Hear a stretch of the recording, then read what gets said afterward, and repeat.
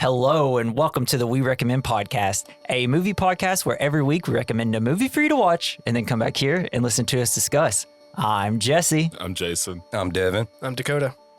Blues wasn't forced on us like that religion. Nah, son, we brought that with us from home. It's magic what we do. It's sacred and big. Because this week we recommend Sinners.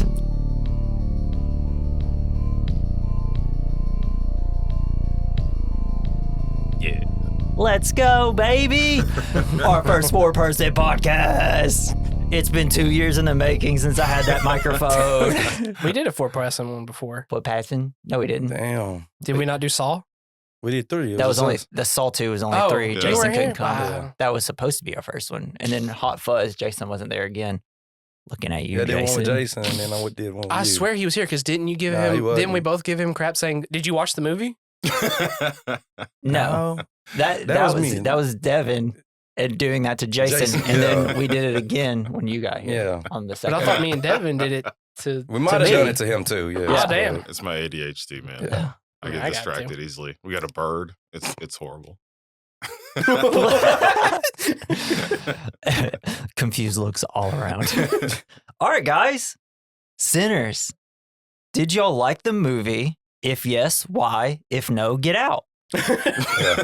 Jason, let's start with you. This is your first time watching it, right? Fully all the way through? Yeah, it kicks ass. So Right. much ass. It's so good. It's just wild. I'm just so glad he stopped doing Marvel movies and was like, I want to do a fully original movie. Yes. Oh, you think he redeemed himself from Wakanda and Wakanda 2? Well, Wakanda forever. Well, Black Panther was. Black Panther 1 was good. I like That Black one's Panther. Yeah, they amazing. were good. I liked Black Panther. That's like in my top Yeah. 5 or 6. Yeah. Devin, what do you think about Sinners? I love this movie. It's What like, is it about it that makes you like it? The world, the characters, has horror, and it feels like a full film. Like it doesn't need a sequel. Mhm. Like it's a complete And film. I was reading that's like what he wanted to do for this movie. He's like, all right, I did all these big franchises and people have been asking, he's like, are you going to do a sequel with this, a prequel or something? And he's like, I just wanted to make one movie that was like fleshed out and all the way through. Though I do think I want to the Native American vampire hunters. Yes. Yeah. He could do something with that. Let's get like a Native American director in there and let's have him do a prequel to it. That would be cool. That would be nice. great. Because when those guys showed up, I was like, dang, they're so cool. Yeah. I They wanna meant be them. business. They knew Which- what they was doing. Well, you never see like the concepts of everything like that are kind of different in there, like Native American vampire hunters. Like, I just think that would be a really cool concept to see. Yeah. I actually have a book, Audible book that I'm going to listen to eventually. It's like Stephen Graham Jones, who's like he's like a Native American, and he makes like Native American kind of folklore horror books. He did one called Only the Good Indians, and it's like one of my favorite books. But now he's got one that's out, and I think it's called The Buffalo Hunter, and it's about Yeah, I've Native been wanting American. to read that Yeah. too. It's about Native American like vampire hunters, I think. So it's gonna be. I can't wait I've to been listen to listening, that. like if you listen to Snap Judgment, I don't know, but some of the Native American horror stories are the most fucking crazy It's great. monsters you've ever heard of. Well, And, like, Welcome to Derry. You all been watching that? I have Fire. not. Show kicks ass. Fire. It's heat, dude. Don't start. Don't start. We're Well, talking glad about a we're on movie the that. opposite sides here because Well, I've only seen one episode still. So Oh I'm, my I'm gosh. caught up. And I'm not caught up, but I love it. how many episodes have you watched? 3 or 4. Okay, so number 3 didn't kill it for you. No. Ha. We're talking about a movie that brought us together, okay? Ah, yeah. Because right now we're so But divided. anyways, it's speaking ridiculous. of Welcome to Derry, that's like also with Pet Cemetery. I think is based off like Native American stuff as well. Yeah, hell yeah. They got some crazy shit going on. Yeah, because there's nothing more scary apparently than a Native American burial ground, you know? That's why they smoke the peace pipe. They got to. Well, you know, we decided to hide their history for a long time, so let's try and bring it back. You know, see what we murdered away. Yeah, and to bring it back to the first question I asked, Dakota, what is it about this movie that you really liked? Well, alone with it is the music. Like, I think Yeah. I told you when we like this is a movie you have to like. Let's say you have like to really fully appreciate it. Was that the one scene with Yeah. the singing?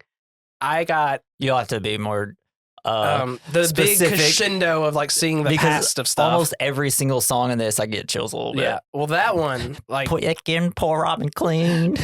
it's the scene where he finally, Preacher Boy is singing. No, I know that Dude, seems. like, that was the first time I had got hardcore chills. And I was like, and it was in my brain, it's like, this, it was the meme absolute cinema. Yeah. Yeah. It was so good, and it made me realize, I was like, this is what we don't really get anymore. I guess it's the same thing I kind of felt like Dune was one of those movies, but I still say Sinners evoked a more emotional response. Yeah, this was the first time in a long time where a movie had a scene where I was just like, I don't know. It's I got kind of feeling it now where I'm kind Yeah. of getting the chills a little bit just thinking about it. And I haven't had that in a really long time in a movie. And there's also something in movies that it's almost kind of hard to explain where you just like know something magical happened. It's almost, you know, in bringing up a Marvel movie, yay. When Thanos snapped, there and it kind of goes very quiet for a second. And there was kind of this weird feeling you had inside. I don't know if this is almost, especially because of the theater experience, everybody was super quiet and everybody's like, wait, did anything happen? And there's this quietness. And it just kind of invoked this weird, like, something special just happened and I don't know what it is. But like times 5,000 with the scene with Sinners and when Preacher Boy's singing, where it's just like, I'm experiencing something I didn't expect to be experiencing. And it's just like, this is why I like movies. This is why I have a podcast about movies. This is it. And I'm just so excited. It reminded me a lot of that scene from Black Snake Moan, that blues scene where they're all Oh man, it's been a dancing while since slow. I've seen that. I should rewatch that. I haven't seen that. The movie's wild. I just remember whenever he has a panic attack at the end with Justin Timberlake, where the two semi trucks are by him. I was just like, Oh yeah.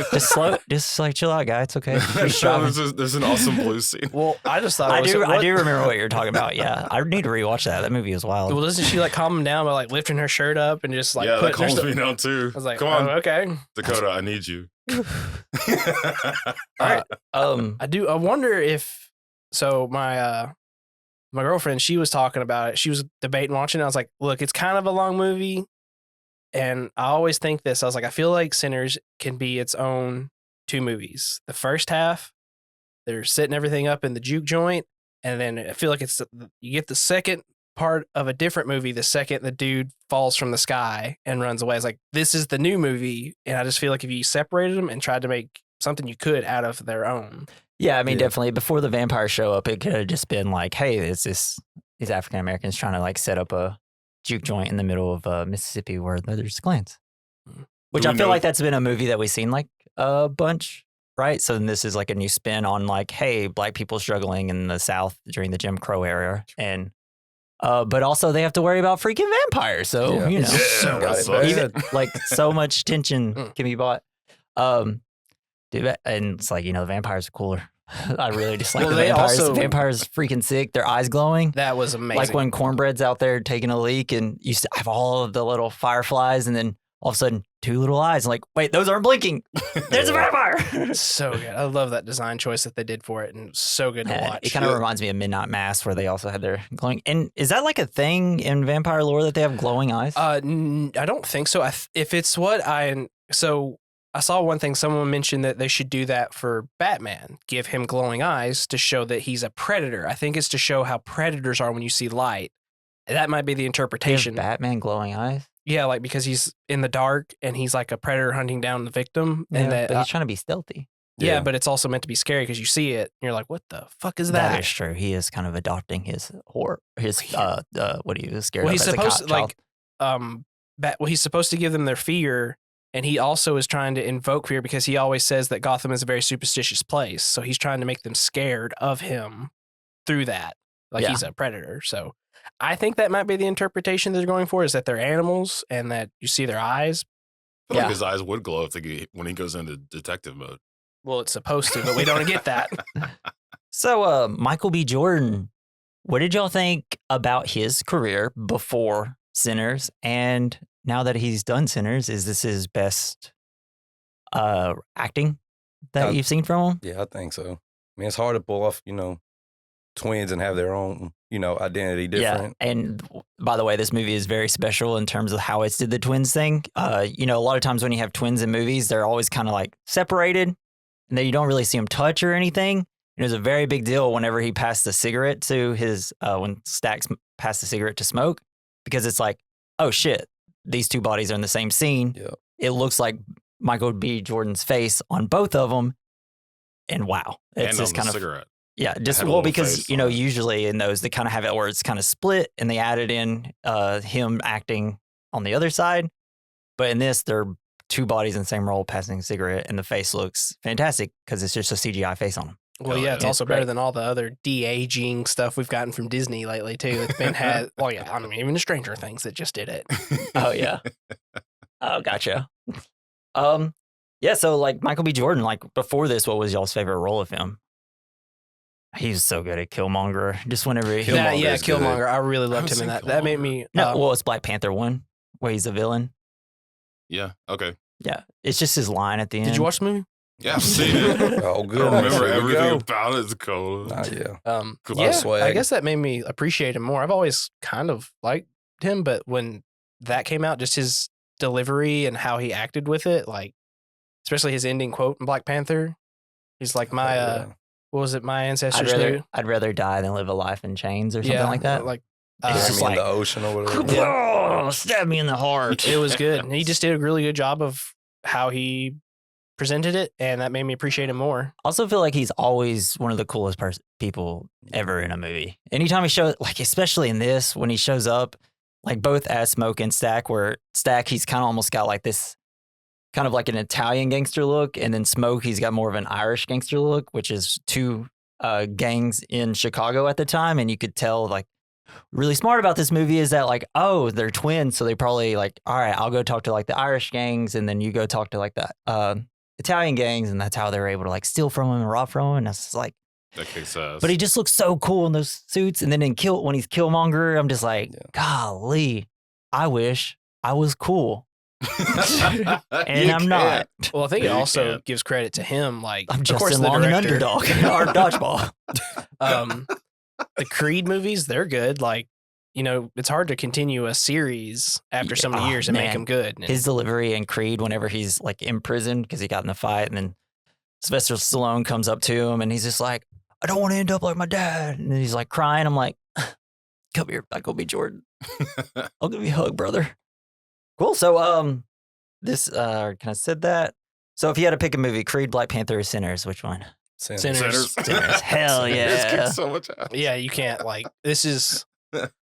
I think after I watched it, because you know, we always say like, "What's your top 5 movies?" And this one is like hardcore now. Like immediately, is like, "This is a top 5 movie I would want." Yeah. because it's so good. It's definitely my favorite movie of the year so far. I haven't seen One Battle After Another, which has been considered the best movie of the year, but It's so long. I can't wait to watch. Yeah, I haven't seen Watch it either. that. It's 2.5. What do you think about the vampire lore? Like, they kind of seem like 28 Days Later vampires, but like they kind of get up immediately and get up. Like a lot of times, vampires they take a minute. Like a slow Yeah. transition. Well, like yeah. the ones Well- where like you have to have their blood, then it takes a day. It makes me And then they're like they're cold You and get they're the like sweats. Yeah. as they're dying. I kind of I kind of See love it. it. it's quick, but it's also terrifying because it's like Yeah, he literally converted everybody. It's like, how have vampires not taking over? Which makes me want to think of like, have the Native Americans been stopping that? Because it makes it seem more like they're also a virus because it's kind of like zombie. When you make it infect that quickly, it makes it more terrifying, in my yeah, opinion. hell yeah, Yeah. fuck yeah, dude. Completely blanked what I was gonna say. Whoopsie. So what do y'all look for in like vampire movies? And is this y'all's favorite vampire movie? Mm. Ooh. I think it's between this and Midnight Mass for me, the TV show. So Haven't seen Midnight Man. it's really good. Is that too hard of a question? I can It cut is this out hard if we of a can't Well, I'm think of trying it. to debate of No. like what I like on vampire stuff. Also Nosferatu, which was earlier this year, is one of my favorite I like movies, and Nosferatu, but I love it's that one. not. It's not. I watched that to enjoy it for the cinematography. It's also a slow movie. Yeah, well, Nah, sorry if it was too boring. My favorite vampire movie is probably Blade 2. Hell, Hell yeah, yeah. I love Blade 2, Blade man. is Dude, sick. so Blade have 2 you is ever so good. liking that? Have you ever watched The Strain? I remember years back trying to start it up. So but I I- never. I had the same issue trying to start it. That first season is really slow. After that, good. Think of like The it's the acting same is- design of like style of those vampires with the way their mouths open. Mhm. Same way for that in there. After season 1, it finally keeps going with them, and it's good. It was really good. After I got past season 1, it's fully worth the watch. All products of Guillermo del Toro that we're Yes. talking about so far. Yeah. I like with Nosferatu, I just like I don't know, because it's directed by what's his name. It's just, I love, the authenticity of everything. And it's great. And we're also doing this thing in horror movies where there's a lot of like convulsing. If you think of First Omen. Oh, yeah. And then like you got That First Omen was good, surprisingly. what's her name? And Nosferatu just I hate it too. Oh, I thought it went on a little too long. I like it because it's just like because if you're in that situation where you are being like possessed or turning or like, just acting crazy, it's like you can't control it. And there's a little bit of fear for me, I guess, in that. I guess it's because my dog also has seizures and it freaks me the fuck out. Yeah. So whenever I see that someone in a movie, I'm kind of like, just pet them. They might get better. So obviously we know the best vampire interpretation is Twilight. So no sparkly vampires here. Those movies are so good. I guess I gotta say, like, this is a pretty good vampire movie because I feel like it goes into like an open interpretation a little bit because they don't explain it and you just kind of left to assume. And when they lean more into like when his fingers get super long towards the end when he's going for Preacher Boy and like his face shows more of the animalistic side, I'm like, because sometimes they're just with the teeth, then other times their full vampire form is like the creature form. I like that kind of interpretation. Like when it's like they're kind of wearing their human skin as a mask. But he's also like the ancient vampire. Yeah, because he's like before Christianity is when he was from. I'd assume. So good. How do y'all feel about like the hive mind aspect of him being a vampire? I know, because we will play a lot of video games, there's a lot of hive mind stuff that we see, like Halo with the flood and things like that. Y'all like the hive mind idea, even though they're not fully, like they don't die if he dies, but that's like what everybody I don't like has about hive mind stuff. Yeah, that was my big complaint about Stranger Things season 2. The little dog ones. Yeah, and I'm like, I don't even remember them. I don't remember seeing exactly. I just remember Ghostbusters. A little baby. Yeah, once the Upside Down got closed off or whatever, they all just died, and I'm like, that didn't happen for the Demogorgon. These things are that. I don't mind hive mind stuff. I just don't like. It's the same thing that happened in Avengers when they blew up the big thing, the ship. It stopped all the soldiers. Like, that doesn't make any sense. Yeah, it's kind of a cop out. Yeah, I don't mind the hive mind when they're just connected because they kind of did the same thing in like Independence Day. A little bit, yeah. But I was gonna say True Blood because we kind of started that back up recently. When you change someone, when you change someone, they're like connected and they kind of have a little bit of control. It's like a weird like I made you type of thing, and they say like they would literally say I release you of my control, and you could see them kind of like shimmer. It's like a weird bonding connection, so it leads more to supernatural connection. I kind of like. Damn, like marriage, am I right, guys? No. I'll cut that. So, Ryan Coogler had twins from his family help with the twin stuff. So Ryan Coogler, who comes from a family with many sets of twins and has close friends from Oakland, Logan and Noah Miller, who are twins themselves. He brought them on as consultants for the film, sitting down with them to discuss their experiences and using their feedback to adjust the blocking and script. In a Breakfast Club interview, is that with Charlemagne? Is that Breakfast Club? Yeah. Yeah. Coogler recalled asking Logan and Noah why they always sat next to each other. Was it for his sake or theirs? Turns out they were trying to soothe the Black Panther director. Apparently, people get freaked out seeing them apart in the same room. And Coogler incorporated this insight into the film in the scene where the twins meet Hogwood to buy the sawmill and slaughterhouse. While one twin talks, the other sneaks up behind Hogwood with a bag of money to scare them. Y'all ever been near like identical twins? No. Yeah. I never thought of the idea of like, oh yeah, where's the fucking other one at? Luckily, the twins on my soccer team in high school, they had severely different haircuts, so it's so easy wasn't to as tell crazy. apart. Now, is it one of those twin things where they like kind of said the same things and stuff? No, they were totally different. One Okay, was cool. like super straight, and the other one wasn't. It was obvious. It was so obvious. Hell of a way to say it, Jason. One was super straight. The other one just wasn't. He ain't trying to get canceled. Dang. So me and my girlfriend were watching our junk TV, like 90 Day Fiance, one of them. Oh. And there was 2 sisters on there, and we were watching it. And then he's like, yeah, my twin sister. And we both looked at each other like, they're fucking twins. They both have had plastic surgery. Oh, and wow. And not like, I say plastic surgery, but I forget, like, in my brain, I don't think of like Botox and stuff. Yeah. But yeah, we did not know they were twins. And they were driving in the car, like sitting. I was like, maybe we'll notice it more. One had like shorter hair, one had like long hair. faces aren't moving. Literally, they're making a joke. She's like, yeah, they ruined my Botox. She's like, okay, frown right now. Okay, raise your eyebrows. She says, I am. Just like, She can't. And I'm like, it was like, they look nothing like twins. And it's ridiculous. So in Delroy Lindo's scene-stealing performance as the liquor-loving bluesman Delta Slim teaches Sammy how to conjure the blues through pain, memory, and spirit. On the road to the juke joint, Stack drives past the chain gang and Delta calls out to them, telling them to keep their heads up. He then reveals to Stack and Sammy about, like, his whole story with Rice. And so when it got to the end of that scene where he starts like, and then kind of humming the blues, completely improv. He wasn't supposed to do that. He's just supposed to say it. But it's wild to me because I feel like that whole scene and story is almost like the whole point of the movie. Yes. Of why, like this is for them. You can't play the blues if you don't understand the pain and the. Well, that's always what blues is. Yeah. That's why he laughed at him. He's like, what do you know about the blues, boy? Because he was so young. He's like, have you really gone through it? What else has that actor been in? I feel like I'm drawn. I was like, I watched it again last night. It's like I meant to look up to see. No, he seems so familiar. Gone in 60 Seconds. The one, I think, with Jet Li.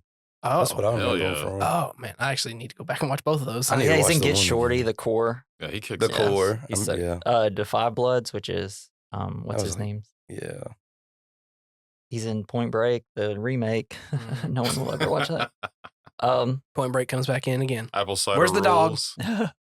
He was also great as like the main comedic relief guy. He did a good job because he's main comedic relief, but I feel like he played up the drunkard well. Like you could seem like he's his life of like it's like you laugh through the pain and that's how you deal, and that's how I could feel it through him. Everyone's like story and like how they talk about it, it felt emotional, and I think that's why I connected with it more. Everything felt genuine and you could feel for him. Y'all smell that? You fart? I think I shat myself. That's a lot from Sinners. Gotcha. So director Ryan Coogler says he had the American heavy metal band Metallica on his mind when he was laying out the story's rhythm and beats. He says, I wanted the movie to have the simplicity and simultaneously the profound nature of a Delta blues song, but I wanted it to have the contrast, variation, and inevitability of a great Metallica song, like One. He says, One is the signature song from the band's 1988 album, and Justice for All. It starts off with almost like an easy listening solo, you know what I'm saying? And then it just goes batshit insane in a way you could never see coming. And at the same time, it felt like it was going there all along, Coogler says. The movie's basically that Lars Ulrich, the drummer for and one of the founding members of Metallica, is credited as one of the drummers in the movie's scoring orchestra. And yeah, it's like kind of the whole setup of the movie where it's like, hey, we're just watching a movie, right? Just a movie. And then vampires. Y'all know what I mean? Yeah. I feel like... Well, now I feel silly. Everybody's looking at me. Well, because rewatching it, it was like when I rewatched Weapons with Shane recently. Oh, my God. Don't start this. No, just continue. Devin gave Weapons a 6 out of 10. There's a lot of stress in this room because of stress for Devin. Everybody's feelings about that movie. Well, watching it, because every time I rewatch a movie, it's like something to appreciate more. And the third time watching it, I really got to understand the soundtrack and how much it really affected it. And I think that happened this time with Sinners and getting to just appreciate how the soundtrack really affected it. I feel like those are the two movies that really invoked strong emotions for me this year, was because I just feel like the score was just top notch. Mm-hmm. Yeah, it's great. I mean, especially the score in this, where it's just kind of, especially the whole beginning is very like, that same kind of score over and over and over. And it's just like, yeah, we're just kind of going. We're kind of going. Let's go. We just got to get to this juke joint. Yeah. And it kind of builds tension because you meet Hogwood, and it's like, oh no, we definitely know this guy's going to come back later and try to kill everybody. His name is Hogwood? Yeah. Like Boss Hog? Yeah, Boss Hogwood. I don't know how I missed it in the first one, or the first time I watched it, when he showed up and he said, there's no clan members here. I was like, I guess it's like I also noticed some more of like the way they acted and like facial expressions I picked up. I don't know if I was just not paying attention. When he said it, I felt like he was... like, oh yeah, there's no clan members. Oh, you believed him? Well, I thought he thought that, and I knew that we knew better. Hell yeah. I didn't think he's just like, oh, it's not. He's like, I'm trying to be better, but I'm still bad. And then when I rewatched it and I saw his expression and stuff, I was like, fuck yeah, he's lying. Well, as soon as they said, hey, what's this? Do you clean these floors? What is this on the floor? I was like, Okay, so this is definitely a place where they're just like, Yes. here you go, black man, buy this place. We'll see you tomorrow. Well, I didn't see it. I saw it as like, I think I saw Definitely more not the of, first time they've done this to people. No. I saw it as more of like, yeah, he would do something and didn't care, but I saw greed being the override for his racism. So I thought, greed overrides my racism. I'll take the money I instead. can see that. But in his eyes, he's like, I could take the money and then kill them. Yes. Classic bad guy shit. So it's particularly significant that Remick is introduced fleeing from Choctaw hunters. Not only is the movie set in the historic Choctaw homeland, there is a long history of cooperation between the Choctaw and Native American more broadly, and the Irish. The Irish potato famine occurred 16 years after the Choctaw, Cherokee, Muskogee, Seminole, and Chickasaw peoples were forced to walk the Trail of Tears. Knowing tragedy and hunger themselves, Choctaw and Cherokee survivors donated hundreds of dollars to support famine relief. In 2017, Ireland erected the Kindred Spirits sculpture in acknowledgement of friendship between two peoples, with a companion sculpture called Eternal Heart installed on Choctaw land in 2024. When the coronavirus pandemic began in 2020 and the Navajo and Hopi nations were hit especially hard, Ireland sent a $2 million donation accrediting it to Choctaw kindness in their time of need. Director Ryan Coogler was impressed. That was it for that. But That's a really cool. I was wondering, okay, because I remember reading have about y'all that ever when it heard happened. someone nail a paragraph more than I just nailed that paragraph? Shit sounded stressful. Yeah. It's kind of hard with like the microphone kind of blocking my screen a little bit. And then like that coffee is really starting Oh to yeah, I like noticed. Yeah. put me in overdrive. Too fast, too furious over here. Know what I mean, Carl? Yeah, so director Ryan Coogler was impressed by Miles Canton's Preacher Boy's audition tape from the very beginning. He was just in the dark, like he didn't turn the lights on. Coogler said something about that was like so intriguing. The kid looked like he was in the basement, like in between homework assignments, but he had this voice of a lifetime. His God, voice. I'm like destroying everything I'm reading right now. You're doing good. Drink some water. You sound like your mouth dry. Your mouth is dry. I'll loop it up for you. Need some Got it. drool from a vampire. Oh. So gross. I was like, that is the grossest thing ever. Ooh. If I ever saw someone drooling that much, I'd be like, get out. Yeah, get up, get off me. My girlfriend was like, "You didn't tell me Haley Steinfeld was in it," and I immediately had a stank face. She's like, "What?" And I was like, Do you I'll "Just no." do you guys think like after Josh Allen and Haley Steinfeld went to the premiere of this movie, he was like, I have to fucking win the Super Bowl now. I Man. have to win it. I mean, it's just like if you were on the other team, you'd just be like, Oh, you know they talking, man. yeah. I mean, Like, why would you not? every sack on Josh Allen, he's like, I saw sinners. That's how I would be at least. All right, and one more thing. Well, two more things real quick. So in April 2025, interview with Tonya Mosley on the National Public Radio program, Fresh Air, director Ryan Coogler said that he first became aware of the long history of Chinese Americans in the Mississippi Delta about a decade prior when he and his family all did some home DNA tests, and his father-in-law, who considers himself African American, unexpectedly had a large percentage of Han Chinese DNA. You know, this, Coogler says, you know, this man in his 90s, he opened that packet up and said, like, what the? You know what I mean? And where is he from? He was born in Chicago. Where were his parents? From Mississippi. So we start digging, and you know what I'm saying? And we find out that, you know, my wife's black dad comes from these people. The erasure, you know, they were there. Huh? Yeah, Like the railroad, Chinese people huh? were there, like in Oh, Mississippi and stuff like that. Yeah, it was very, because it was like stream of consciousness in the interview. And I was just reading No, I the think interview. that's really cool. it is. Oh, that just made me think about around that time because there was a mass like type of immigration at the time. I wonder what was causing them to immigrate. I wonder what's happening in there. the railroad. No, for the Asians. Yeah, Like- the railroad. What do you mean? A lot of Asians were immigrated to build railroads because Oh, they kind of like knew what they were doing, and they so they just brought them over because they had a chance to make more money, or is it just like a new opportunity type of land in America? that too, and they really liked opium. Same.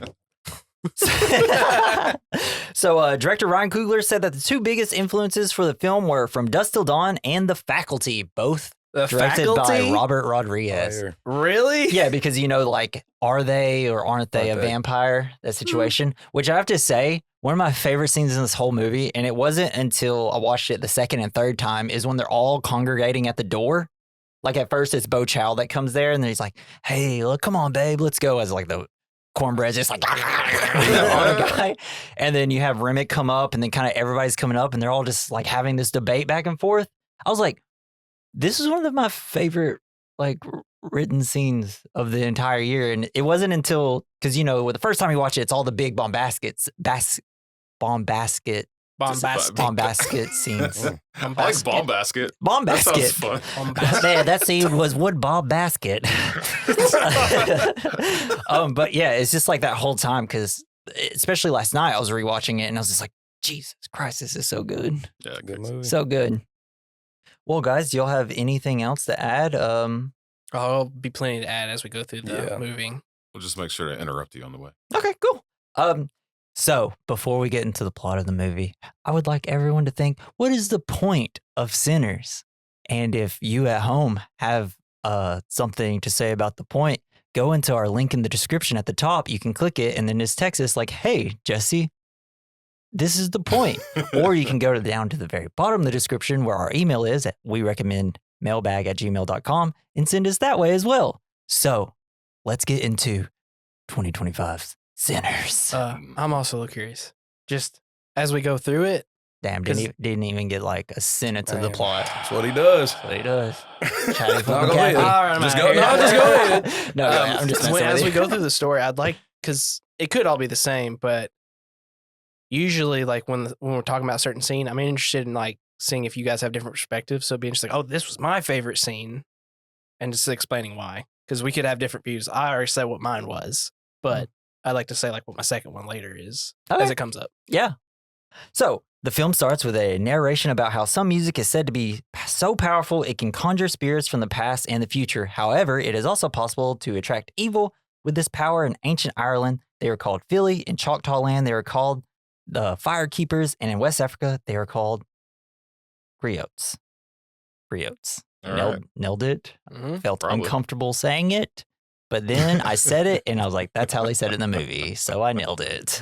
Yeah. So we are in Clarksdale, Mississippi, October 16th, 1932. Sammy Moore, or Preacher Boy, drives to a church looking beaten and with claw marks on his face while holding a broken guitar neck. He enters the church where his father, a pastor named Jedediah, tries to help his son and tell him to give up music and repent his sinful ways. Sammy just clutches onto the guitar neck. Ironic since he walked in on them singing. It's ironic that he's like, give up your guitar and your evil ways. And it's like he comes in and they're all singing. It's like, we're all just singing here. I It's just all love the music. little flashes he was Um, having too of like the night before because it was very abrupt and loud. Yeah. And I love this part when he's walking in and whenever his father says Sammy and it cuts to Remy, Sammy! Yeah. Which, by the way, That was it's great. so fucking I missed good that every the time he first says time. Sammy. Sammy! It's so good. Did he get it? Love Did that he do actor. that because of taking Steroids? I don't know. of taking God, I always getting confused. Is it Smoke or Stack who got turned? Stack. Stack. Was that Blue hat, smoke, red hat, stack. so? Was it because I thought that's how he would be like Sammy? I thought it was because after he took I already forgot the names. Anyway, Michael B. Oh. Jordan's character. Smoking Zach. Yeah, took Stack. Whatever. Did you watch? You watched it, right? Yes, Yeah, I was just okay. like 3 bowls deep. So I was also. Oh gosh. I don't know. I think it could have been that, or is this like his excitement to get his music? Well, I couldn't remember, and I was like, "Wait, did I miss that?" Michael B. Jordan's like when he would meet him, he'd be like Sammy, kind of like that, and he was just over exaggerating it because you know when he. I don't think he No, I ever think really he's just said excited Sammy like he's that. about Okay. to get his hands on. That's Sammy. what I was trying to confirm. Dang. Yeah, so we're one day earlier. Sammy is picking Come cotton, over there. and someone asks where he's playing music tonight, but he doesn't answer. He goes home to a house full of family. He looks for his guitar, but he doesn't find it. Then we meet Sammy's cousins, twin brother Elijah and Elias Moore, aka Smoke and Stack, are returning home to Clarksdale from their time in Chicago. The twins have stolen money from gangsters, implied to be Al Capone and whatever other gangsters, Hell yeah. and have purchased an old sawmill from a supposedly former Klansman. He's a real Klansman over Yeah, he's a there. real honest Klansman. Hogwood. They have plans to turn it into a juke joint to attract members of the black community. You twins? Nah, we're cousins. That love it is like different styles of acting. Should every pair of twins have a cool name? I think so. I think I mean, so. yeah. They Yeah. should. We never That's a know must. how they got the names. So and then you got the line, shit, Clan don't exist no more, right? Yeah. And then No. what was on these floors? It's just like, something bad's gonna happen. But yeah, like we said earlier, when you have, I think it's Stack walking towards them and then smoke comes around to his back. So great. And then all the tension's relieved when a person sees a bag full of money. Yay. So Sammy goes to his father, who is a preacher. He has his guitar. His father asks to help him give a sermon tomorrow. He makes him read a verse. No temptation has overtaken you except what is common to mankind, and God is faithful. He will not let you be tempted beyond what you can bear. But when you are tempted, he will also provide a way out so that you can endure it. Sammy stops reading and says he has to go and play music. His father disapproves because that would make him a sinner. Roll credits. Dang, guitars are so sinful. And then Well, it's because there's the blues is apparently associated with the devil, right? Yeah, sex, drugs, rock, and roll. True. yeah, I mean, it's like the same thing where like, oh, don't listen to Elvis. He's the devil and things like that, where it's yeah, like, which is hilarious. if you're not playing the most boring cookie did cutter marry, like, a music, 14-year-old. you're a sinner. And he's also playing it for people drinking and like grinding on each other while Yeah, dancing kicks and ass. stuff like that. It rules. Having fun, which you're not allowed to do. And then like the scene ends with, you keep dancing with the devil. One day he will follow you home. Can't wait to the ending scene where Delta Slim's like, don't worry, I've had the devil's been biting me everywhere. Don't worry. So Hickeys. Hickeys. So Smoke and Sack show up to pick him up. Sammy asks questions about Chicago. He asks if black people can really walk around freely without danger. The twins tell him not to believe everything you hear. Chicago isn't nothing but Mississippi with tall buildings. Well, also Crazy lines. Love it. I like it because it also What are you making a emphasizes. face? I mean, that's up north. I mean, it wouldn't be. I don't think it'd be as bad. No. You're not like when I rewatched it and listened to that scene. It drops home the point of just because that they are not discriminated against, that doesn't mean anything. The people who just because someone in power saw that people were like that doesn't mean everyone in that city agrees. That's true. You still have your. You're gonna have everyone. It takes people a long time to acclimate to the new Yes. world. And So like the mob is True, super you're right. racist too. I mean, Like the Italians. oh my god. Mia don't like the black people. Oh, is wow, that what man. he is? He did. Did you see his face? Oh my god! His face is like, what is happening right now? I was just like, Bit his lip and he's like, I looked at everybody. I was like, should I do it? Should I not do it? and you still went with it. Oh my god! I wish you could have had your face that moment. Yeah, because like I'm embarrassed for you. Should I cut it out? Should I leave No. it? It's a me, a Mario. I don't know. Me and Mario. So they take Sammy to retrieve a truck full of supplies that they have for their juke joint. They started. There's also like a snake there. Do they put that snake there as protection, or did that snake like end up in that? Yeah, The back of their truck. It's a snake. They find dark. Well, it seemed like it'd be like great if like someone's gonna try to come steal it, and then all of a sudden they like try to snake. take stuff up, and there's like a rattlesnake in there. It almost seemed like I was like, hey, that's a good kind That's of a good It protection. looks like it caught them off guard. So I don't think Yeah, they put But it man, there. when he like tosses on that knife, it's Yeah, like that's I'm like, badass. that's what twins do. Yeah. They're kind of Smoke and Stack are kind of debating on whether or not they should have the grand opening tonight because Hogwood showed up late, and so now they're like, oh, we're kind of on a time crunch. But Smoke's like, we should not do it. We should wait a week. And Stack is like, no, we're doing it now because Smoke's kind of the more cool-headed of them, and Stack's more of the like, let's go and do it now. I think type you of see character. the war that they talk about really affected him more because he's more of the soldier type of person. Yeah. I feel Yeah, like you because see they're the both different- in World War One. One correct? had to Yeah. be, yeah. Yeah. And so they're gonna have to get ready for the night. They're gonna have to split up. So Sammy and Sack head off together as Smoke sets off for the truck. Smoke goes into town to get help from old friends Grace and Bo Chow. They're gonna get catfish and help create a sign to provide other things for opening night. When he catches, and And when he pulls in, he gets like that one girl. It's like, hey, I'm smoke. And she's like, oh, I'm scared now. But then it's like, hey, I'm actually going to put some money in your pocket. Yeah. And then it has like this whole negotiation scene where he's like, I'll give you like 10 cents. And then he's like, whoa, don't accept that. We're going to negotiate. And she's I like that scene. Yeah, It's I a like good he way taught her how to teach. negotiate. Yeah. Hell yeah. And it's also giving like a lot of, character development for Smoke. And really, because like when they split up, I think this, a good point for it is to be like, hey, we're going to show you the differences between Smoke and Sack throughout the film. Have y'all And ever it's gonna all haggled start here. before? It's so fun. I haven't. It seems No, I stressful. can't do that. No. I can't do that. I don't It's so fun. No, I I don't was in it wanna- like once. It was great. I don't want to do that. Did it just- work? Yes. Wow. I brought Yeah, down 'cause the you're- price of a watch. I was in Afghanistan, and he wanted like $40 for his piece of shit watch. I was like, I'll give you $5 for that. He wanted 40. He was like 10. I was like, all right. It's like, wow, he came down really far That's fast. simple. Well, Damn. I realize I'm going to take you with me to Pokemon Con so you can handle some Pokemon cards for me.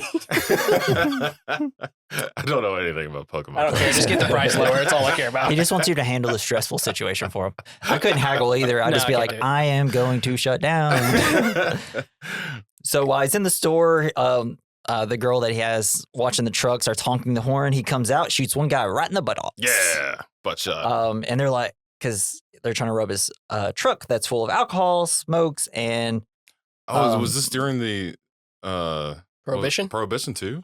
I believe so. Yeah, because they mentioned Man. Al Capone. I think that was around the time of Prohibition. Yeah, 'cause So that's much what Al shitty Capone things did. are going on at this Yeah. time. Do you know that like Prohibition was set up by? It was mainly set up by like Christian women who were just kind of tired of getting beaten by their drunk husbands. Oh, Didn't Oh, know so that. somewhat of a valid reason. well, that's valid. Yeah. That's totally valid. That's kind of how the movement started. I was listening to last podcast. and Now heard I that. feel bad. Yeah. And they were like, it was like later on, they're like, you know what? These women need to be beat some more. No. Give them in alcohol. Can we just drink and not beat our women? No. Well, I guess we can't make it legal. We'll do what we want.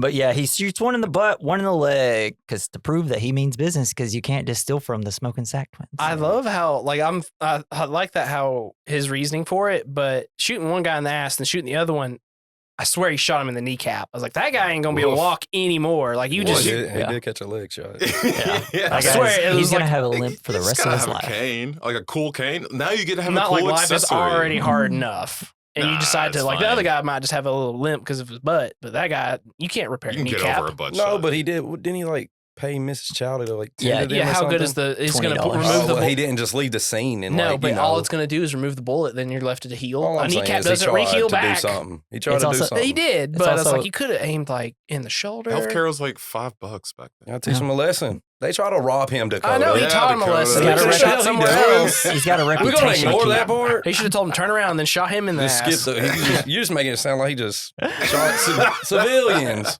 I mean, they were civilians that were robbing them. Yeah. Innocent civilians. become I'm not burglars saying at he's that wrong. point. I'm just saying Then he could have let's shot leave it somewhere at that. else. Just leave it at that. He shot for the meatiest part. That's the ass. Except for the knee. Not much meat there. Yeah, but It's gonna be all right. Well, he shouldn't rob. Exactly. I know. This is Wild There you West go. times, baby. We out here shooting in the streets and no cops being called. Hell yeah. Also, one of my favorite shots in the whole Uh-huh. movie is whenever he's little Lisa. They tell him, it's like, hey, go get your mom. And then she walks across. And then we see like, because at this point, we only seen like the black side of the Mhm. street. And so it just seems like a little black community. And then you walk across the street and then you see like, oh, this is the white side of part of town. Apparently, historically, this is an accurate representation of Mhm. towns like this. no way. And also, when you go in, I had watched it with the captions on, so it's easier to take notes like that. You hear all the little background characters saying like all the like the typical racist things that we still hear tonight. It's like, I don't mind black people, but you know, they just always getting into trouble and stuff like that. What do you mean racism doesn't exist anymore? What are you laughing at? That's everything right there. It's like you got this little black side and then this white side. I'm just like, So happy. golly, you own one. What are you talking about? I don't know. What about that Italian quote you just did a minute ago? Yeah. I was doing a character. Stereotypical Love it, though. character. I love Oh, jeez. Keep it all. Does anybody else want to read the Keep notes? it all. Keep it all. And when he says keep it on, No, he's I talking about just his white hoodie he has on. Could you just squirm? Yeah, like pull back the hoodie. Could you squirm a little bit more? That'd be great. Okay. Thanks.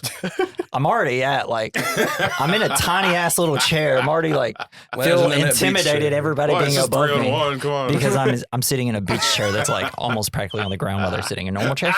He does this every time, so We don't are- act like he's Yeah, no, shocked same by it. chair every time he's hosting. So No, he sits in that one. Well, so Oh well, I guess. okay. like now that I brought that one out since the last time you were here, I've been sitting in that chair and Dakota and Jason would be over there. I'd be in that chair and Jason's over there. Nobody at home cares about this. So We're then giving also, him the mental image in their head. and then also fired. Grace Chow comes back over and then Smoke starts negotiating with her and it's really fun. And Yeah, throws it's in really cool. and he also buys some flowers. All right. So meanwhile, Stack teaches Sammy about oral sex Nice. because this Got a fun movie button right is there. also kind of sexy. at the It same is time. sexy. Yeah. Hell yeah. So Sammy's also an aspiring blues musician, which we already know by now. And his guitar kicks ass too. I love Yeah. the design of it. It's so Yeah, good. and it's great. And we'll get more into that guitar a little bit later. So Stack tells him about their dad. Smoke killed their dad because he beat them as kids, but he didn't mean it, he says. Oh, It's like, I yeah. love it because you have the whole conversation and he's like, hey, did y'all actually really kill your dad? And he's like, well, I didn't because he knocked me out unconscious. And when I woke up, Smoke was already burying him. Nice. And then he's like, yeah, he beat us a lot, but he didn't mean it. And I was like, yeah. oh, He just shit. twirled his fist around everywhere he Yeah. wants. It's one of those of like, so I don't like. I I think understand he's what he kind of says. About, saying that he was drunk. yeah, he I think understands. Like, everybody at this point was probably just drinking a lot and then getting mad and hitting people. life is hard already in that time, and then add in the drinking that takes away your inhibitions. You start to see anger. Like I had this old coworker, my boss. It was around the time he told me his parents had got divorced, and he said one day he's like, "Yeah, I was at home with my dad, and I think he said he was hurting or something." And then his dad saw he lifted up his shirt, he had bruises all over him because his mom was hitting him. And I was like, oh, because he always would talk about his mom. He still talks to her and stuff. In my head, I was like, I wouldn't talk to her anymore if she did that to me. And he's like, well, I kind of, at the time, like the divorce wasn't good. And I really reminded her a lot of my dad. So he kind of like understood. And I guess that's why he was like okay with it because she stopped. But I was like, dude, like I wouldn't talk to my mom anymore if she beat the shit out of me like that. What I thought was interesting when I joined the army, they told us this fun fact of during World War I and II, they had this questionnaire they would give to new soldiers, and one of the questions was, "Do you drink more than 1 pint of whiskey a day?" And if the answer was yes, then they didn't care either. I thought you were going to say they made you cap that. yeah. So they asked us to see, like, so you do? All right, we don't care. Yeah, they don't really care. It's just something you gotta look out for. It's a little check on Yeah. the box. And so we learned that Smoke and Stack got Sammy his guitar. And Stack tells him his guitar belonged to Charlie Patton, someone who helped popularize Delta blues back in the day. Cool. Stack asks him to sing him a song while driving, and then he sings "Traveling." And just the face that, as soon as he starts singing, Mhm. Michael B. Jordan's face, like, Well, I felt the same way. I was like, Yeah. oh, and then I was just so like, good. It's Yeah. just like that great like amazement, the face of amazement, Hell which is yeah. something that It's like it's authentic. yeah, Mhm. Really. which is Fuck something yeah, that man. like Steven Spielberg is really good at, like the whoa type of like Like if the you think of dinosaur Jurassic, shot? The yeah, like first if you, dinosaurs? and then when Sam Neill gets out, he's like, by God, By dinosaurs. Was that him like actually singing? Like the The singer, Yeah. yeah, he's he like can sing. He's like a songwriter. okay. So I Hell think yeah. what yeah, he adds has to the that. he has the song and the credits at the. I think end what and made stuff. me like had the same face of like because when they go sing, you could usually tell when it's not the person singing, and then when you can genuinely tell it's that person singing and how good it is, I think, like you said, that's what Yeah. adds to it more of it's being authentic and real. And this was the first scene that gave me chills number 1. Yep. Also, man, I wish I had that voice. Yeah. It's like a powerful voice. When I Yeah, first heard him in the strong. movie, I was like, golly. Hell I mean, I was soaked after I heard it. sopping wet. So they head to a train station in Cruiseville for the night. Zach goes to the train station to find older, hardened blues singer Delta Slim.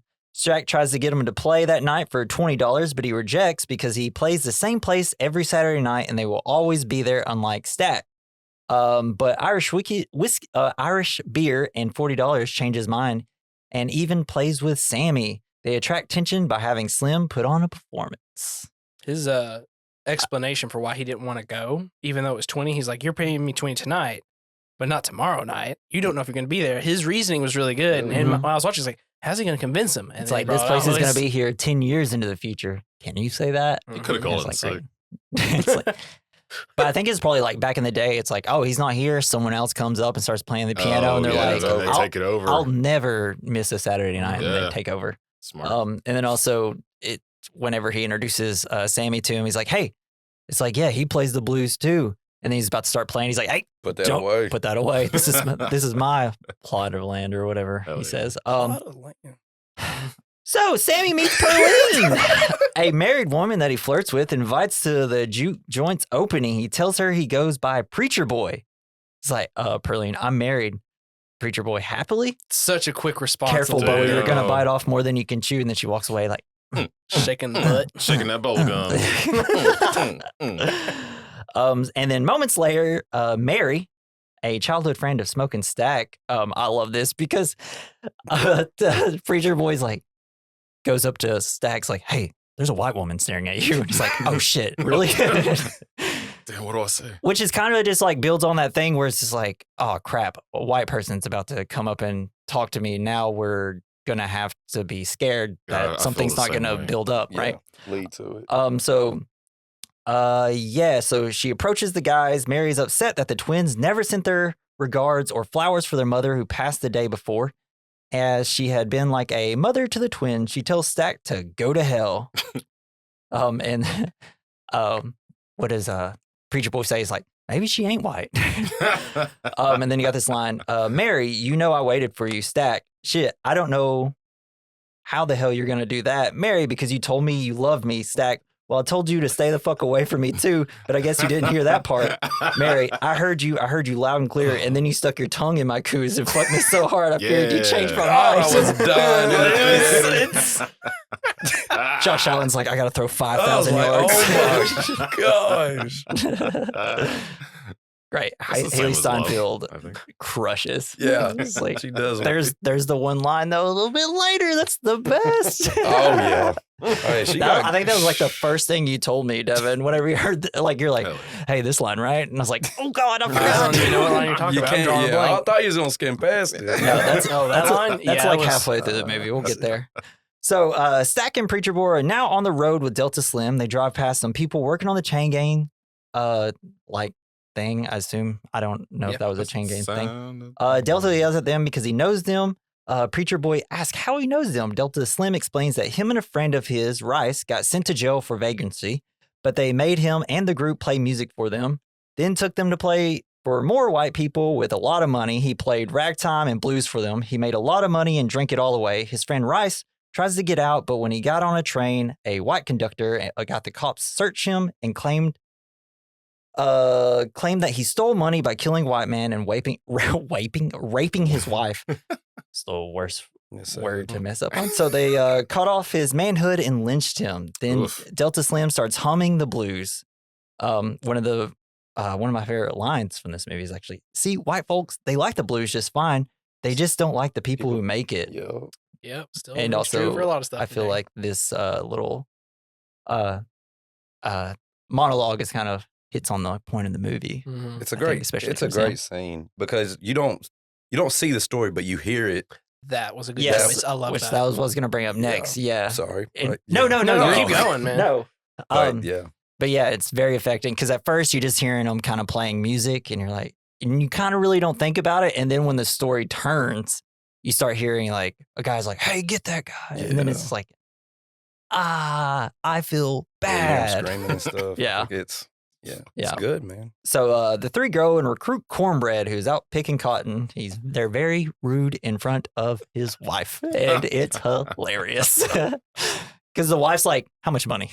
Yeah. Because Cornbread's like, "Dang, I'm gonna have to beat him up now." And I love it because Cornbread is like the nicest person in the movie, Well, he's played like and it's a really sad. but young happens to our act, poor like guy. a young. He's supposed to be playing like young people in a lot of movies as a side character and all that stuff.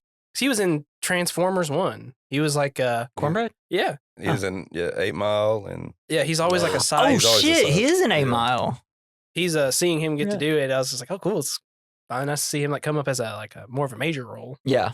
So Smoke goes to the home of his estranged wife Annie, who practices voodoo. He leaves flowers to their child who they lost years earlier.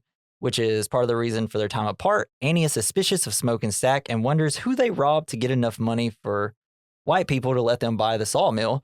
Smoke doesn't believe in hoodoo. She refuses any money from Smoke because she believes it's cursed. Smoke says he's been all over and the only power he knows is money. Annie claims her hoodoo practices have kept the twins safe, but Smoke asks why it didn't work for their child. She says she doesn't know. That's a hard moment there of like someone believing that. It's like, well, why didn't it work? Because his face is just like, well, why didn't it work on our child?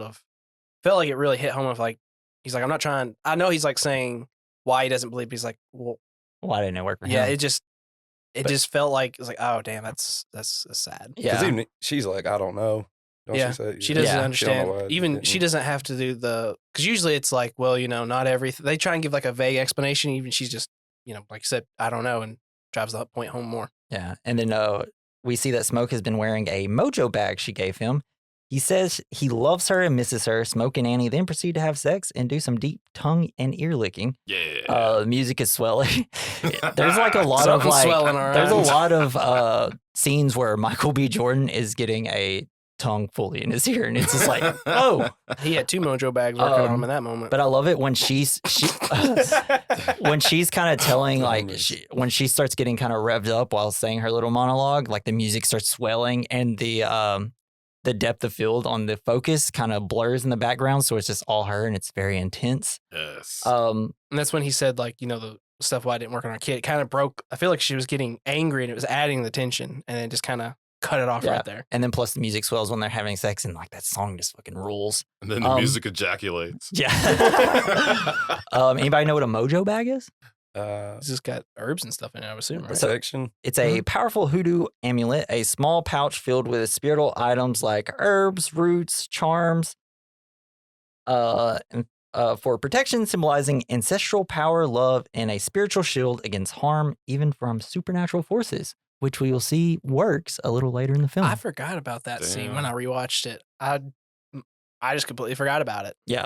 So we see everybody heading out to the juke joints to set up, and everybody is ready to have a good time. It's great because like everybody's like smiling. It's like, yeah, we're going. You got Cornbread, Preacher Boys, Stack, and Delta Slim. They're all like, we're having fun. Yep. Nothing bad's ever gonna happen tonight.